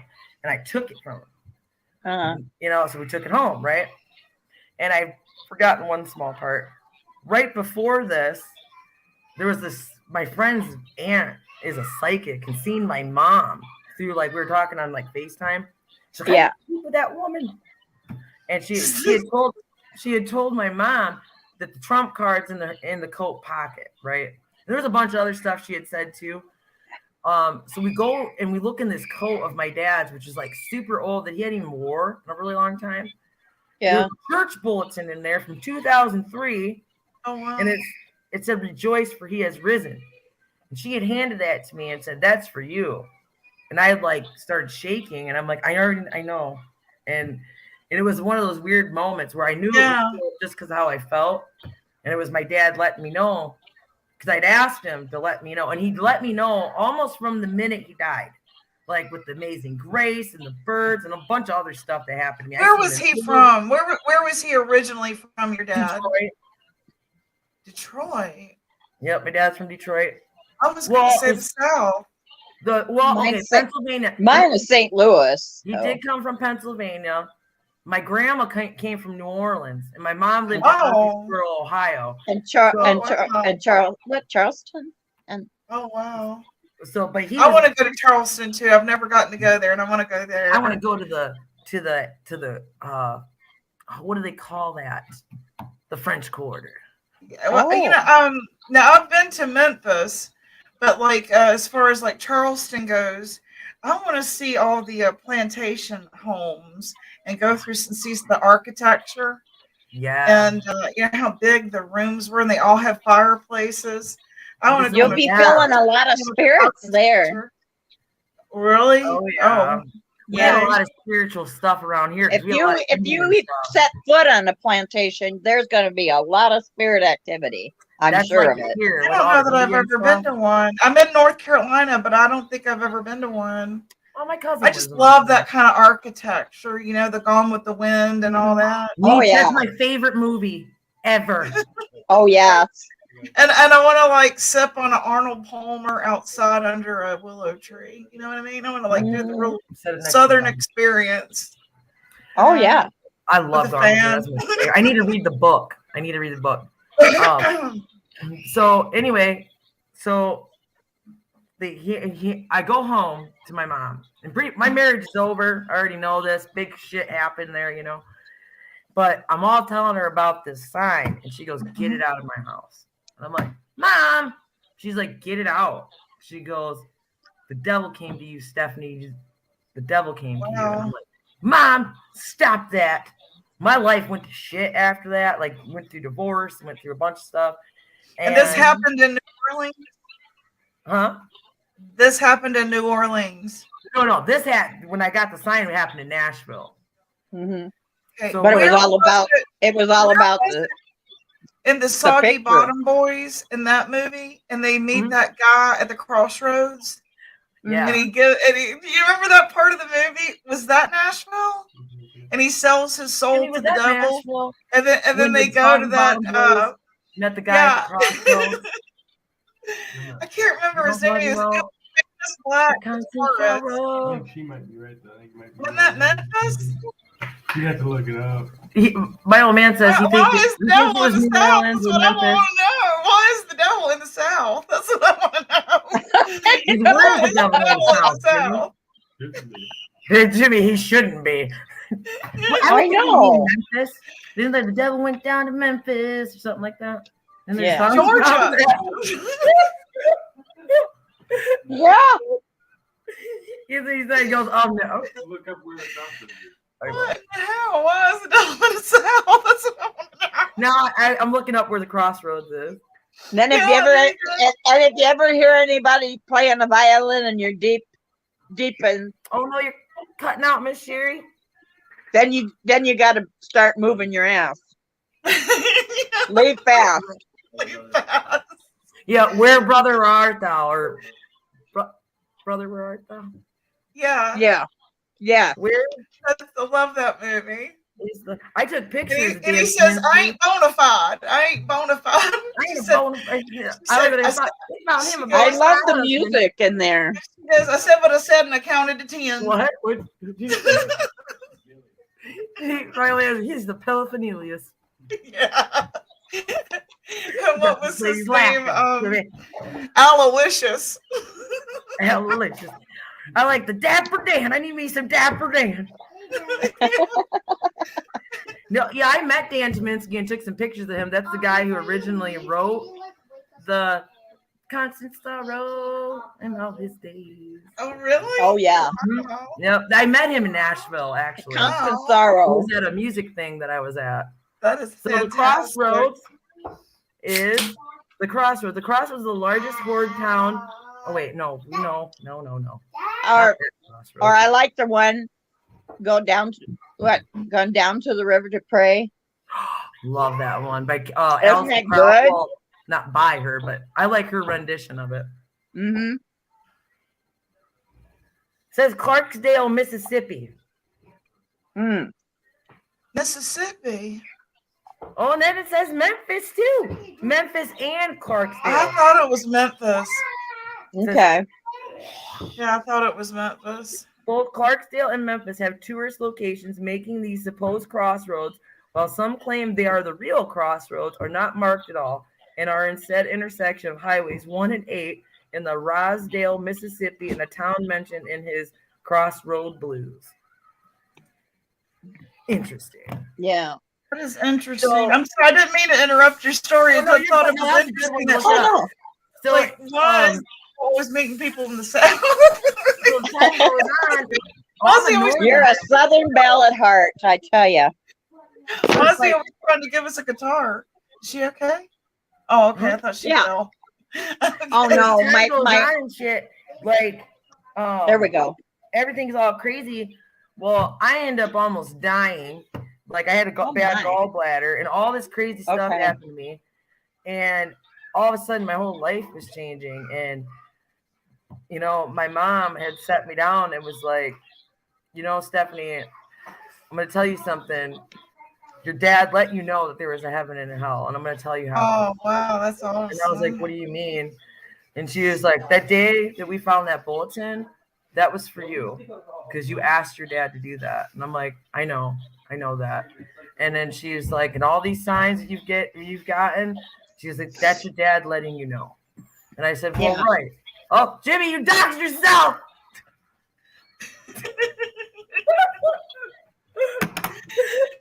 That's funny. Anyway. Didn't mean to do that. Well, he don't really care, but I was just playing with him. It's on the banner there for you, Stormy Skies. So anyway, You wouldn't want to show your face if you were wanted either. shut up, Jimmy. He goes, you wouldn't want to show your face if you were wanted either. Not really wanted. He looks like he could be, though. Everybody's like, you've been to prison? He goes, nope. He's full of tattoos, and they're all black and white, so everybody just assumes he's been to prison. I'm like, no, he's actually never been to prison. Never been to really jail, only like once. I've been to jail once. It wasn't my fault. I went to jail once, too, for like 10 hours. But it was I went for 13 days. Damn. I would have cried for 13 days. I cried for 10 hours. I wasn't happy. Well, I don't think anybody's happy in there. I was in a little town by myself. There was nobody else in there but me. I had the whole place to myself. I think I'd rather be by myself than, well, nowadays anyway. Well, no, my boyfriend beat me up and almost killed me. And I got sent to jail for firing a gun within city limits or something. Protecting yourself. That was it. I didn't hurt anybody. Oh, geez. So it was a small rural town trying to show some muscle. Yeah. I'm like, why am I in jail? I didn't hurt anybody. Right. I was just scaring this guy. No, yeah, so he wouldn't beat me up some more. Right. So yeah, the end of it is like, my mom was like, and the day that you got that sign, she goes, I believe you met the devil, Stephanie. I honest to God believe you met that devil. Wow. And she's like, and you took a gift from him. You took a gift. She was like, and he got through you, through your dad and through art, the two most important things to you at that time. And she was like, you accepted it and your life went to shit. Yeah. And I was like, where's that sign, Mom? She goes, I got rid of it. And I was like, oh, good. I would have thrown it away too. Burn it. And she did. I don't know what happened to it, but she just got burn rid of the damn thing. And she said, she was like, she goes, you need to always remember that. And so that, my dad's death was a pretty big deal because I don't know. I do feel him, but not as intensely as I used to. But stuff. You were talking about the eyes. Like my dad's eyes were brown, dark brown. They were brown his whole life. But right before his final days, they were blue. And I said, Dad, why are your eyes blue? And he didn't say anything. And I'm like, your eyes are blue. They're supposed to be brown. He probably was like, girl, you crazy. Because he probably didn't know. His eyes were blue. I swear. I believe you. My dad's eyes were like a golden yellow. Yeah. And the same with like that orb I saw. Like when I had ended up spending like 4 or 5 months with my mom after he had died because I was really worried she was going to die of heartbreak. Yeah, mine too. That happens. I really believe that. Me too. She was 16 when she got with him, and wow, like that's a long time. When he had passed, that's a long time. So I'd stayed with her, and then I had to go home. Yeah, I hated the part of me because I was married, and and I had to go home at some point. But I spent the night, a couple of nights. But I hate that look when you look at your mom and you're leaving. I gotta go, Mom. Yeah, because it's that look. But she was actually, she was more pushing me out. Really, she was like, "I'm fine," and I'm like, "Mom, not mine." She was pushing me. She was, but she was. I mean, she ended up being okay, but I still don't think she was ready to be by herself. My mom had us packing boxes, and she moved to my younger sister. My mom ended up doing that eventually too, but she's moving back. She's moving back. I'm so excited. Yeah. Well, my parents are gone. My older sister's gone. Oh, It's hard because I'm used to going, to my like your parents' home. Yeah. Like where you have your birthday and you have Christmas and My stuff mom all doesn't the have that time, and anymore. all of a sudden, no more. No, You know? she's got a boyfriend and they're getting married this summer. That's and great. It is. It's beautiful, and she's moving I into think his it's house. great. But I don't. I mean, I think it's great too. But that Some house, people are blessed with, that's what with another partner in their life. She is, and I'm so happy for her because this guy treats her a lot differently than my dad did. Yeah. And but like you were saying, like even though she's gonna live there, it's not my home. You know what I mean? Yes. It's not the place where we had the birthdays and the yes. But it's And still now cool. all of a sudden it came, when it came to abrupt stop. I mean, I don't know. My dad passed and then I felt like an orphan, and my mom was moving and we're packing boxes, and I was like, this is too much for me. This is too much for me right now. I think I went through a lot. That's where I started like losing my mind, and I started drinking. Yes. My ex-husband cheated on me. I was just losing it, and I did. I dyed my hair blonde, and just went kind of nuts for about 2 years. But the end of it all though is when she had told me that, like I knew she was being real, and that's the thing. Like I think when you like lose your parents, it shows it's a different loss. It's a big hole in your heart. Like you feel like orphaned. Yes. And even though you're older, you feel like an orphan, like you have no parents. No grandmother. And it's not even that. No grandfather. It's just weird. And you're on your own. Changes. Totally on your own now. Yeah. Everything changes. The whole timeline changes. It totally changes because you can't call them anymore and ask for advice or nothing. You can't do anything like that. My baby don't know him. Yes. I know exactly how y'all feel.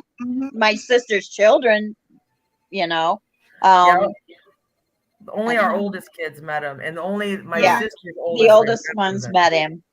But my sister's little girl, he got to see her as an infant. I mean, she's pretty tiny. She wasn't. I don't even think she was a month old yet. But my dad held her. And see, my oldest son was about a year and a half when my dad had passed away. They got me a bell, so my husband will bring me coffee while I'm live. Oh, he's great. Sweet. You are a Southern belle. I swear she's a Southern belle. She should be in the South. Gypsy, you should be in the South. No, I am in the South. I'm in North Carolina. Okay, yeah, you're in the South. This creepy thing happened to me after. Yeah, he's awesome. She called me a Southern. My mom was like, "That's a nice way to put it. I just miss your dad. I just miss your dad." And I'm on the phone with her. I'm trying to feed my baby. I'm upset to be back at home where my dad had passed away. All these things. And I go, "Mom, he's with you all the time."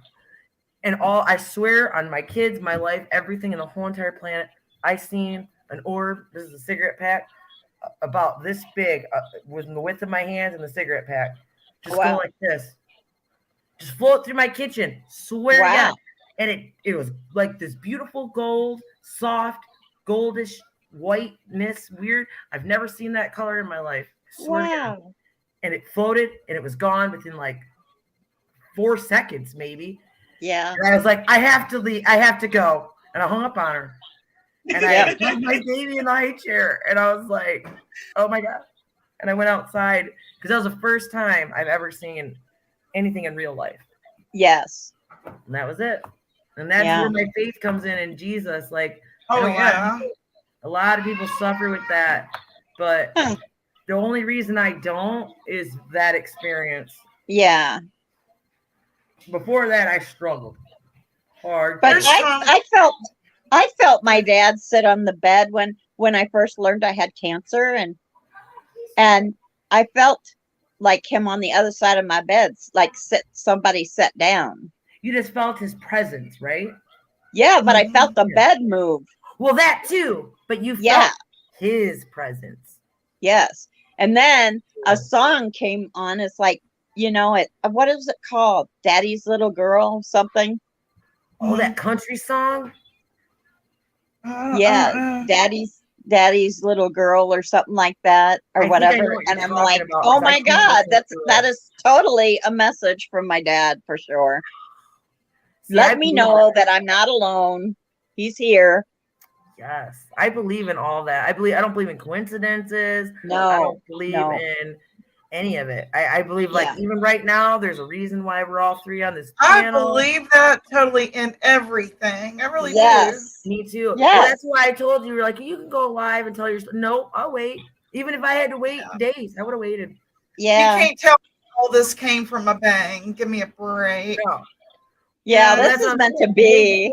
You had listed that live about that. I was thinking, I was like, maybe I should go on here and talk about that. It was just hit me out of nowhere. And my mom had said that too later on that day. She's like, you ever thought about talking about your experience with your dad? And I was like, no, I actually just thought about that. And I was like, I might. Sweet. And then that later on that day, you posted that. And I was like, okay. All right. Yeah, I didn't even have a story to tell. Something just told me to. And I just popped on for no reason. I know, isn't that weird? But I've always seen gypsies. What is it? Like I've seen messages like or something like, you know, like with your name, Gypsy, you know. And I've been looking at it for quite a few days and stuff, and then I just popped on, you know. That's cool. I was like, well, let me read you this stuff first. Yeah, this is your first time here. My first time here. I thought you guys like knew each other. No, we just met tonight. I'm Sherry. No one had come in because my guest was late. No, I'm just kidding. No, my name is Sherry. And you. And so I read this. I'm going to read it again. When I was a little girl, the movie, I don't know how old you are, Stephers, but it was in 1974, The Reincarnation of Peter Proud. And it's a love story with Margot Kidder. I have got to see that. Yeah. And she is married to a man madly in love, and he dies in a car wreck. And then she meets another man, and he turns out to be her husband reincarnated, and they fall in love all over again. Oh, okay. Wow. Like that, so I was only 4. Movie. Yeah, I was only 4 when that movie came out. It's The Reincarnation of Peter Proud. And my dad, for some reason, it must have left an impression on him, because then the song by Marty Robbins, I remember him listening to. It goes like this. Let me just read you some of the lyrics here. You tell me. It is also a romance. Okay. From 30,000 feet above the desert floor, I see it there below. A city with a legend, the West Texas city, El Paso, where long ago I heard a song about a Texas cowboy and a girl, and a little place called Rose's Cantina, where he used to watch her whirl. I don't recall who sang the song, but I recall the story that I heard. And as I look down on the city, I remember each and every word. The singer sang about a jealous cowboy and the way he used a gun to kill another cowboy. Then he had to leave El Paso on the run. El Paso City by the Rio Grande. The cowboy lived and rode away, but love was strong, he couldn't stay. He rode back just to die in that El Paso sand. El Paso City by the Rio Grande. I try not to let you cross my mind, but still I find there's such a mystery in the song I don't understand. My mind is down there somewhere as I fly above the badlands of New Mexico. I can't explain why I should know the very trail he rode back in El Paso. Can it be that man can disappear from life and live in another time? And does the mystery deepen because you think that you yourself lived in another time? Somewhere in my deepest thoughts, familiar scenes and memories unfold. These wild and unexplained emotions that I had for so long, but I've never told. Like every time I fly up through the heavens and I see there below, I get that feeling sometime another world I lived in El Paso. There's more to I it, but love it. But that's all there's about more lyrics to it, but that's the gist of it. right. But that's all about like reincarnating and stuff like that's amazing. Yeah. Mhm. That's like that Yeah. song I heard that Willie Nelson song. It was like, you know, God, I'm too sick to pray today, but I'm gonna ask you just take care of my family. They know Yeah. you like I do. They talk to you like I do because I taught them. Just be there for them when I'm gone. And that was the gist of the song. And it Yeah. was just I believe that when we were out to dinner, I always tell anybody, like, I believe Jesus had a conversation with my dad that night. The And my second dad part knew of he was the dying. second part of the song, he goes there, and you know he knows that death awaits him there because that's where he died before, and Right. but he's got to go. Yeah. He's got to go to her. He's got to go. That my Even though friend he said, knows how he's going to die, but he's got to go to her. it's time. Yeah. Right? Yeah. I mean, I still have fear of it, but it's only because I'm younger and I'm not ready, and you know, I fear see, death. I fear yeah, leaving and my I do children. I scared. don't want to leave my kids. No, But down the line, you will probably feel different because I felt different when I was younger, but when I get a little bit older, like 40s, 50s and stuff, whatever, you start coming to terms. you I'm do come to terms. 52. You know that there's life and then there's death. This is part of a cycle, and everybody's in this cycle. That's what The I've been animals thinking are about in the lately. cycle, the Yeah. people are in the cycle. Like I was watching this about aliens. I'm a really big alien person. Like when I'm really Oh, yeah. stressed out, I'll just Yeah. watch aliens. So Because these are that's your so friends out of coming in the balloon? Is that it? Is it your Yeah, friends coming in the balloon? It is my friend.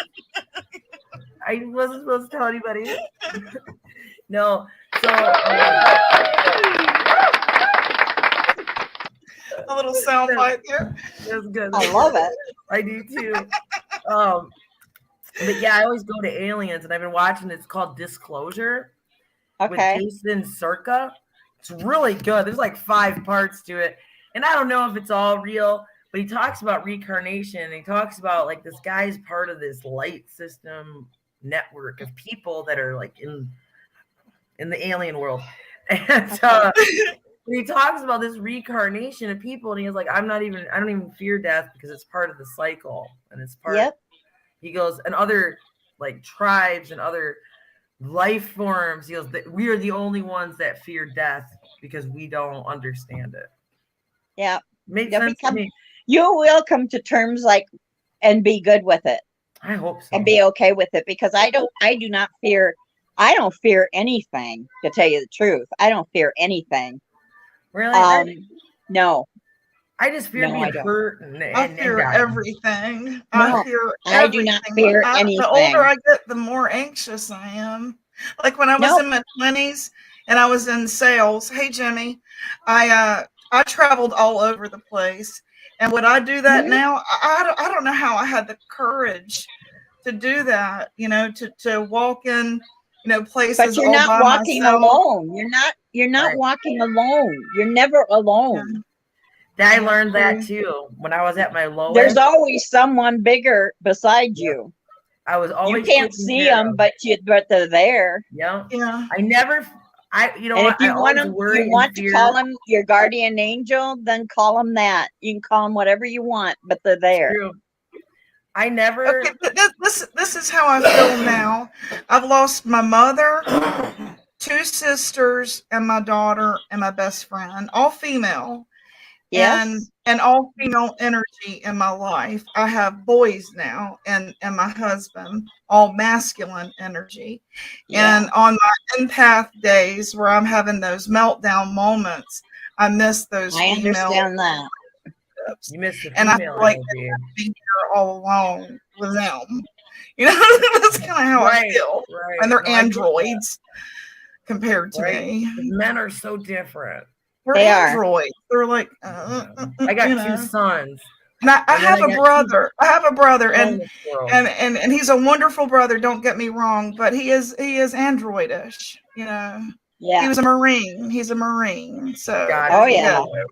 he was trained to be, you know, and so you know, the older he gets, the more he is not that way. But it's still, I'm shy because I know from you know how he's always been, and so I don't naturally go that way. I just kind of sit in my room and talk to you women now, and That's thank good. God for it. You know what I'm saying? Yes. Because Oh, when yeah. Ernie was like, I don't know if y'all know who Ernie Shell is or not, but that was sort Hi, of where I Ernie. came from. I think that's He- where I met you originally. He suggested that we all start our own channel so we have our own voice, and I thought, well, this Yeah. could be where I meet other women that have also lost relatives and Yep. also feel like Definitely. me. Definitely all of us have here. Yeah. My dad, my Yeah. mom, my sister, my grandparents. I mean, really, and I look around, it's like, you know, I don't have much family left. All my Right. friends live in the computer. I don't. I like But- even moved back home to my hometown city, and just so like if something were to go wrong, like my husband had a heart attack after the You're jab, surrounded by people you know. I can call and go, hey, I need a ride, and they are here, childhood friends. I mean, thank Very God cool. that I went to school with some of the best damn people on this planet, and thank God they're still around here, and I can, you know, and I'm in a really good town where there's medical care. There's Wake Forest Yeah. Baptist Medical, so We got good and- medical care here too. We yeah, do not. and so We it's do. just Yeah, a I'm matter so of sorry. having the moral support and knowing, okay, I know where everything is here.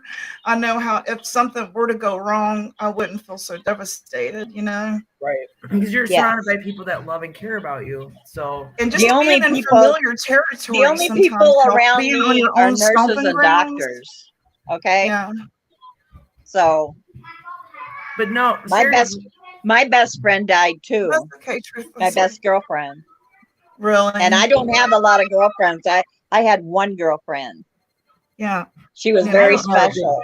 time with friends. Like I don't have I get- any girlfriends other than here. Non-judgmental friends, you know. Yeah. I can't stand like Great. when they get all catty and weird, and I'm like, I can't why? hang with I women just that don't are trust catty. people anymore. I can't. I I don't can't trust hang out people with anymore. women like that. Me I had to either. work No, with and women like even that. when they say I love you, you're like, you do? Really? Really? Are you just saying It that? feels weird, you know? Yeah, feels unless you weird. know they truly love you. Like I got like your friends that you grew up with, but then you It get some just seems random person. disingenuous. I love you, boo. That sounds, and I see it in chat constantly, and I'm like, you know, no, you don't.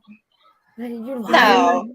How You could lie you? and knocks me in a second. And I make hated you the mad. way people It's- throw it the just- love it just- word around, you know? You know, in the South where there's people that go, okay, sweetie, okay, baby. I can't stand terms of endearment. Never Oh. heard that.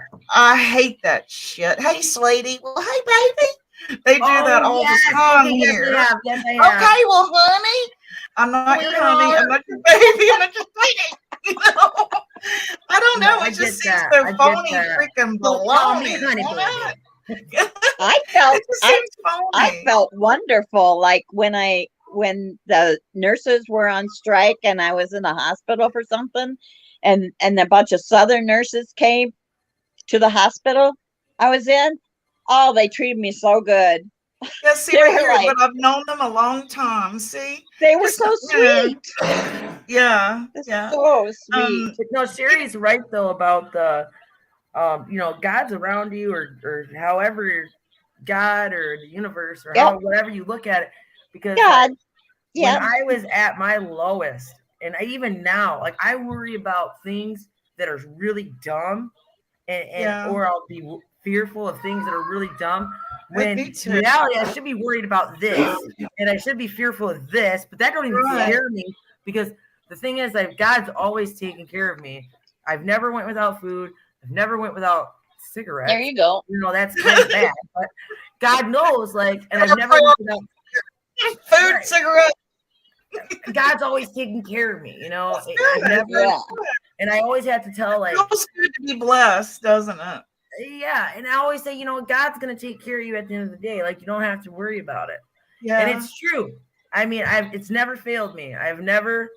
I mean, I'm not saying I've never went without, because I have, but right. most of the time, you know, God You've stayed takes comfortable. care of me.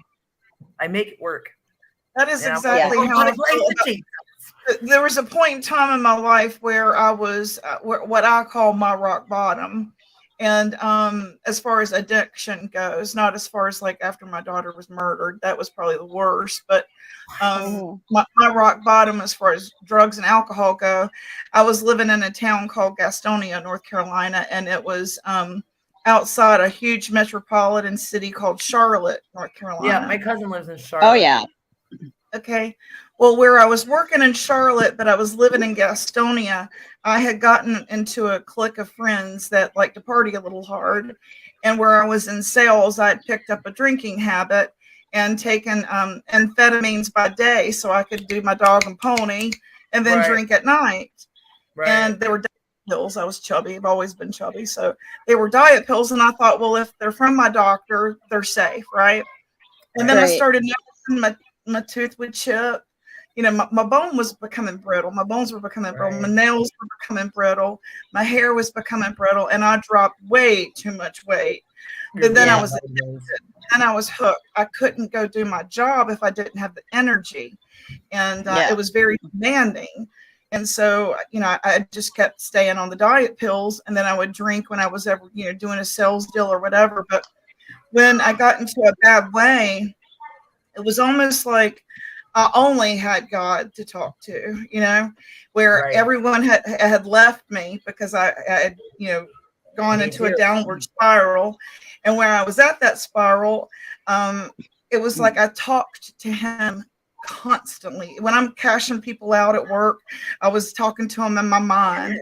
And I was saying, I'm just such a dumbass. How could you like constant conversation prayer all the time.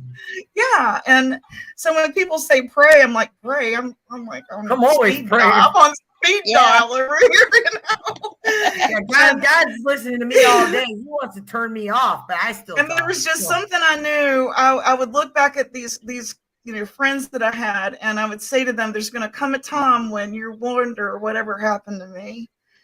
And they were like, we know you don't fit in here. You know, we know you don't fit in here. You will get sober and do better and move on. And I just knew, you just knew that, you know, because you have a relationship with God that I'm gonna pull out of this and I'm gonna be okay, you know. And I would sing this song because the trailer I was living in, like I said, I was in a rough place. It was right on railroad tracks, and there was these two homeless guys that would sleep up against my trailer. And before I knew them, it scared me. And then I invited them in and I gave them a sandwich and let them shower. And they told me their story. And then they became my security. And so they watched my place for me because I was all by myself in a very rough part of town.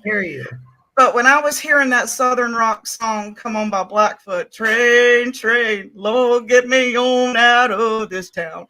I was saying, God, get me out of this fucking town.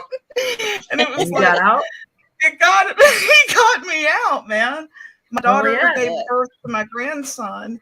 And the very next day she called my mother and my sister, and she was due any day. And so they came down because she was going to give birth, but it was an intervention, and my daughter saved my life. She and then I couldn't save hers, so I have to live with that, you know. But getting back to my story, it's like I feel like she was my divine intervention during that, because I kept calling on the Lord. I kept playing that song over and I know my neighbors were like, I wish she'd really get another CD. But it was sort of like my prayer. It became my anthem. Lord, because I knew that this town was going to be the death of me, because I could get it so readily. I could get the drugs and alcohol so readily.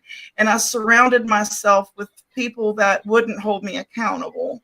You know, they were Right. like, as long as Good Time Party chick Cynthia was here, Right. we were As going to long have a as good you're time. still going, so are they. Yeah, I was the fun kind of drunk, so they wanted me Right. around. You know, let's get her drunk, we'll have fun. Until I was mad. So, Then I was the lampshade lady. Me too. Me too. I was always like, let's go, guys. I go to Stephanie 2.0. Yeah, when I go over to the den, I joke around with her that I fall into the Christmas tree and they got to get me out of the Christmas tree. The den is the bar here. I don't know if you ever go, the virtual bar. Yeah. That's no, I've never been. I've heard of You never been to the den. den? I never heard of the den. Right here. Let's see, where's she at? The den, if you could put your link in chat if you're still in here. She's right here. Oh, I did see that person. Luna. Yeah. Okay. It's a virtual bar and she plays music and we pretend to dance and we pretend to pass, you know, alcohol and it's just a virtual bar, you know. I like it. Yeah. And sometimes I grill steak. Oh yeah. Well, I gotta get my kids some popcorn, but I'm gonna jump in the chat. Okay. So, but thanks for having me. Okay, good to have you too. I'm gonna go ahead and end it too because I've got to go feed my youngin and get some stuff done. But Yeah. I'm glad that I got to hear your Nice meeting story. you. Nice Let's meeting do it you again. too. Oh Okay. yeah, I would love a part 2 of this. Favor to you guys. Okay. All right. Bye, Good night, everybody. y'all. Okay. All right, y'all. I hope y'all had a good time and y'all have a good weekend.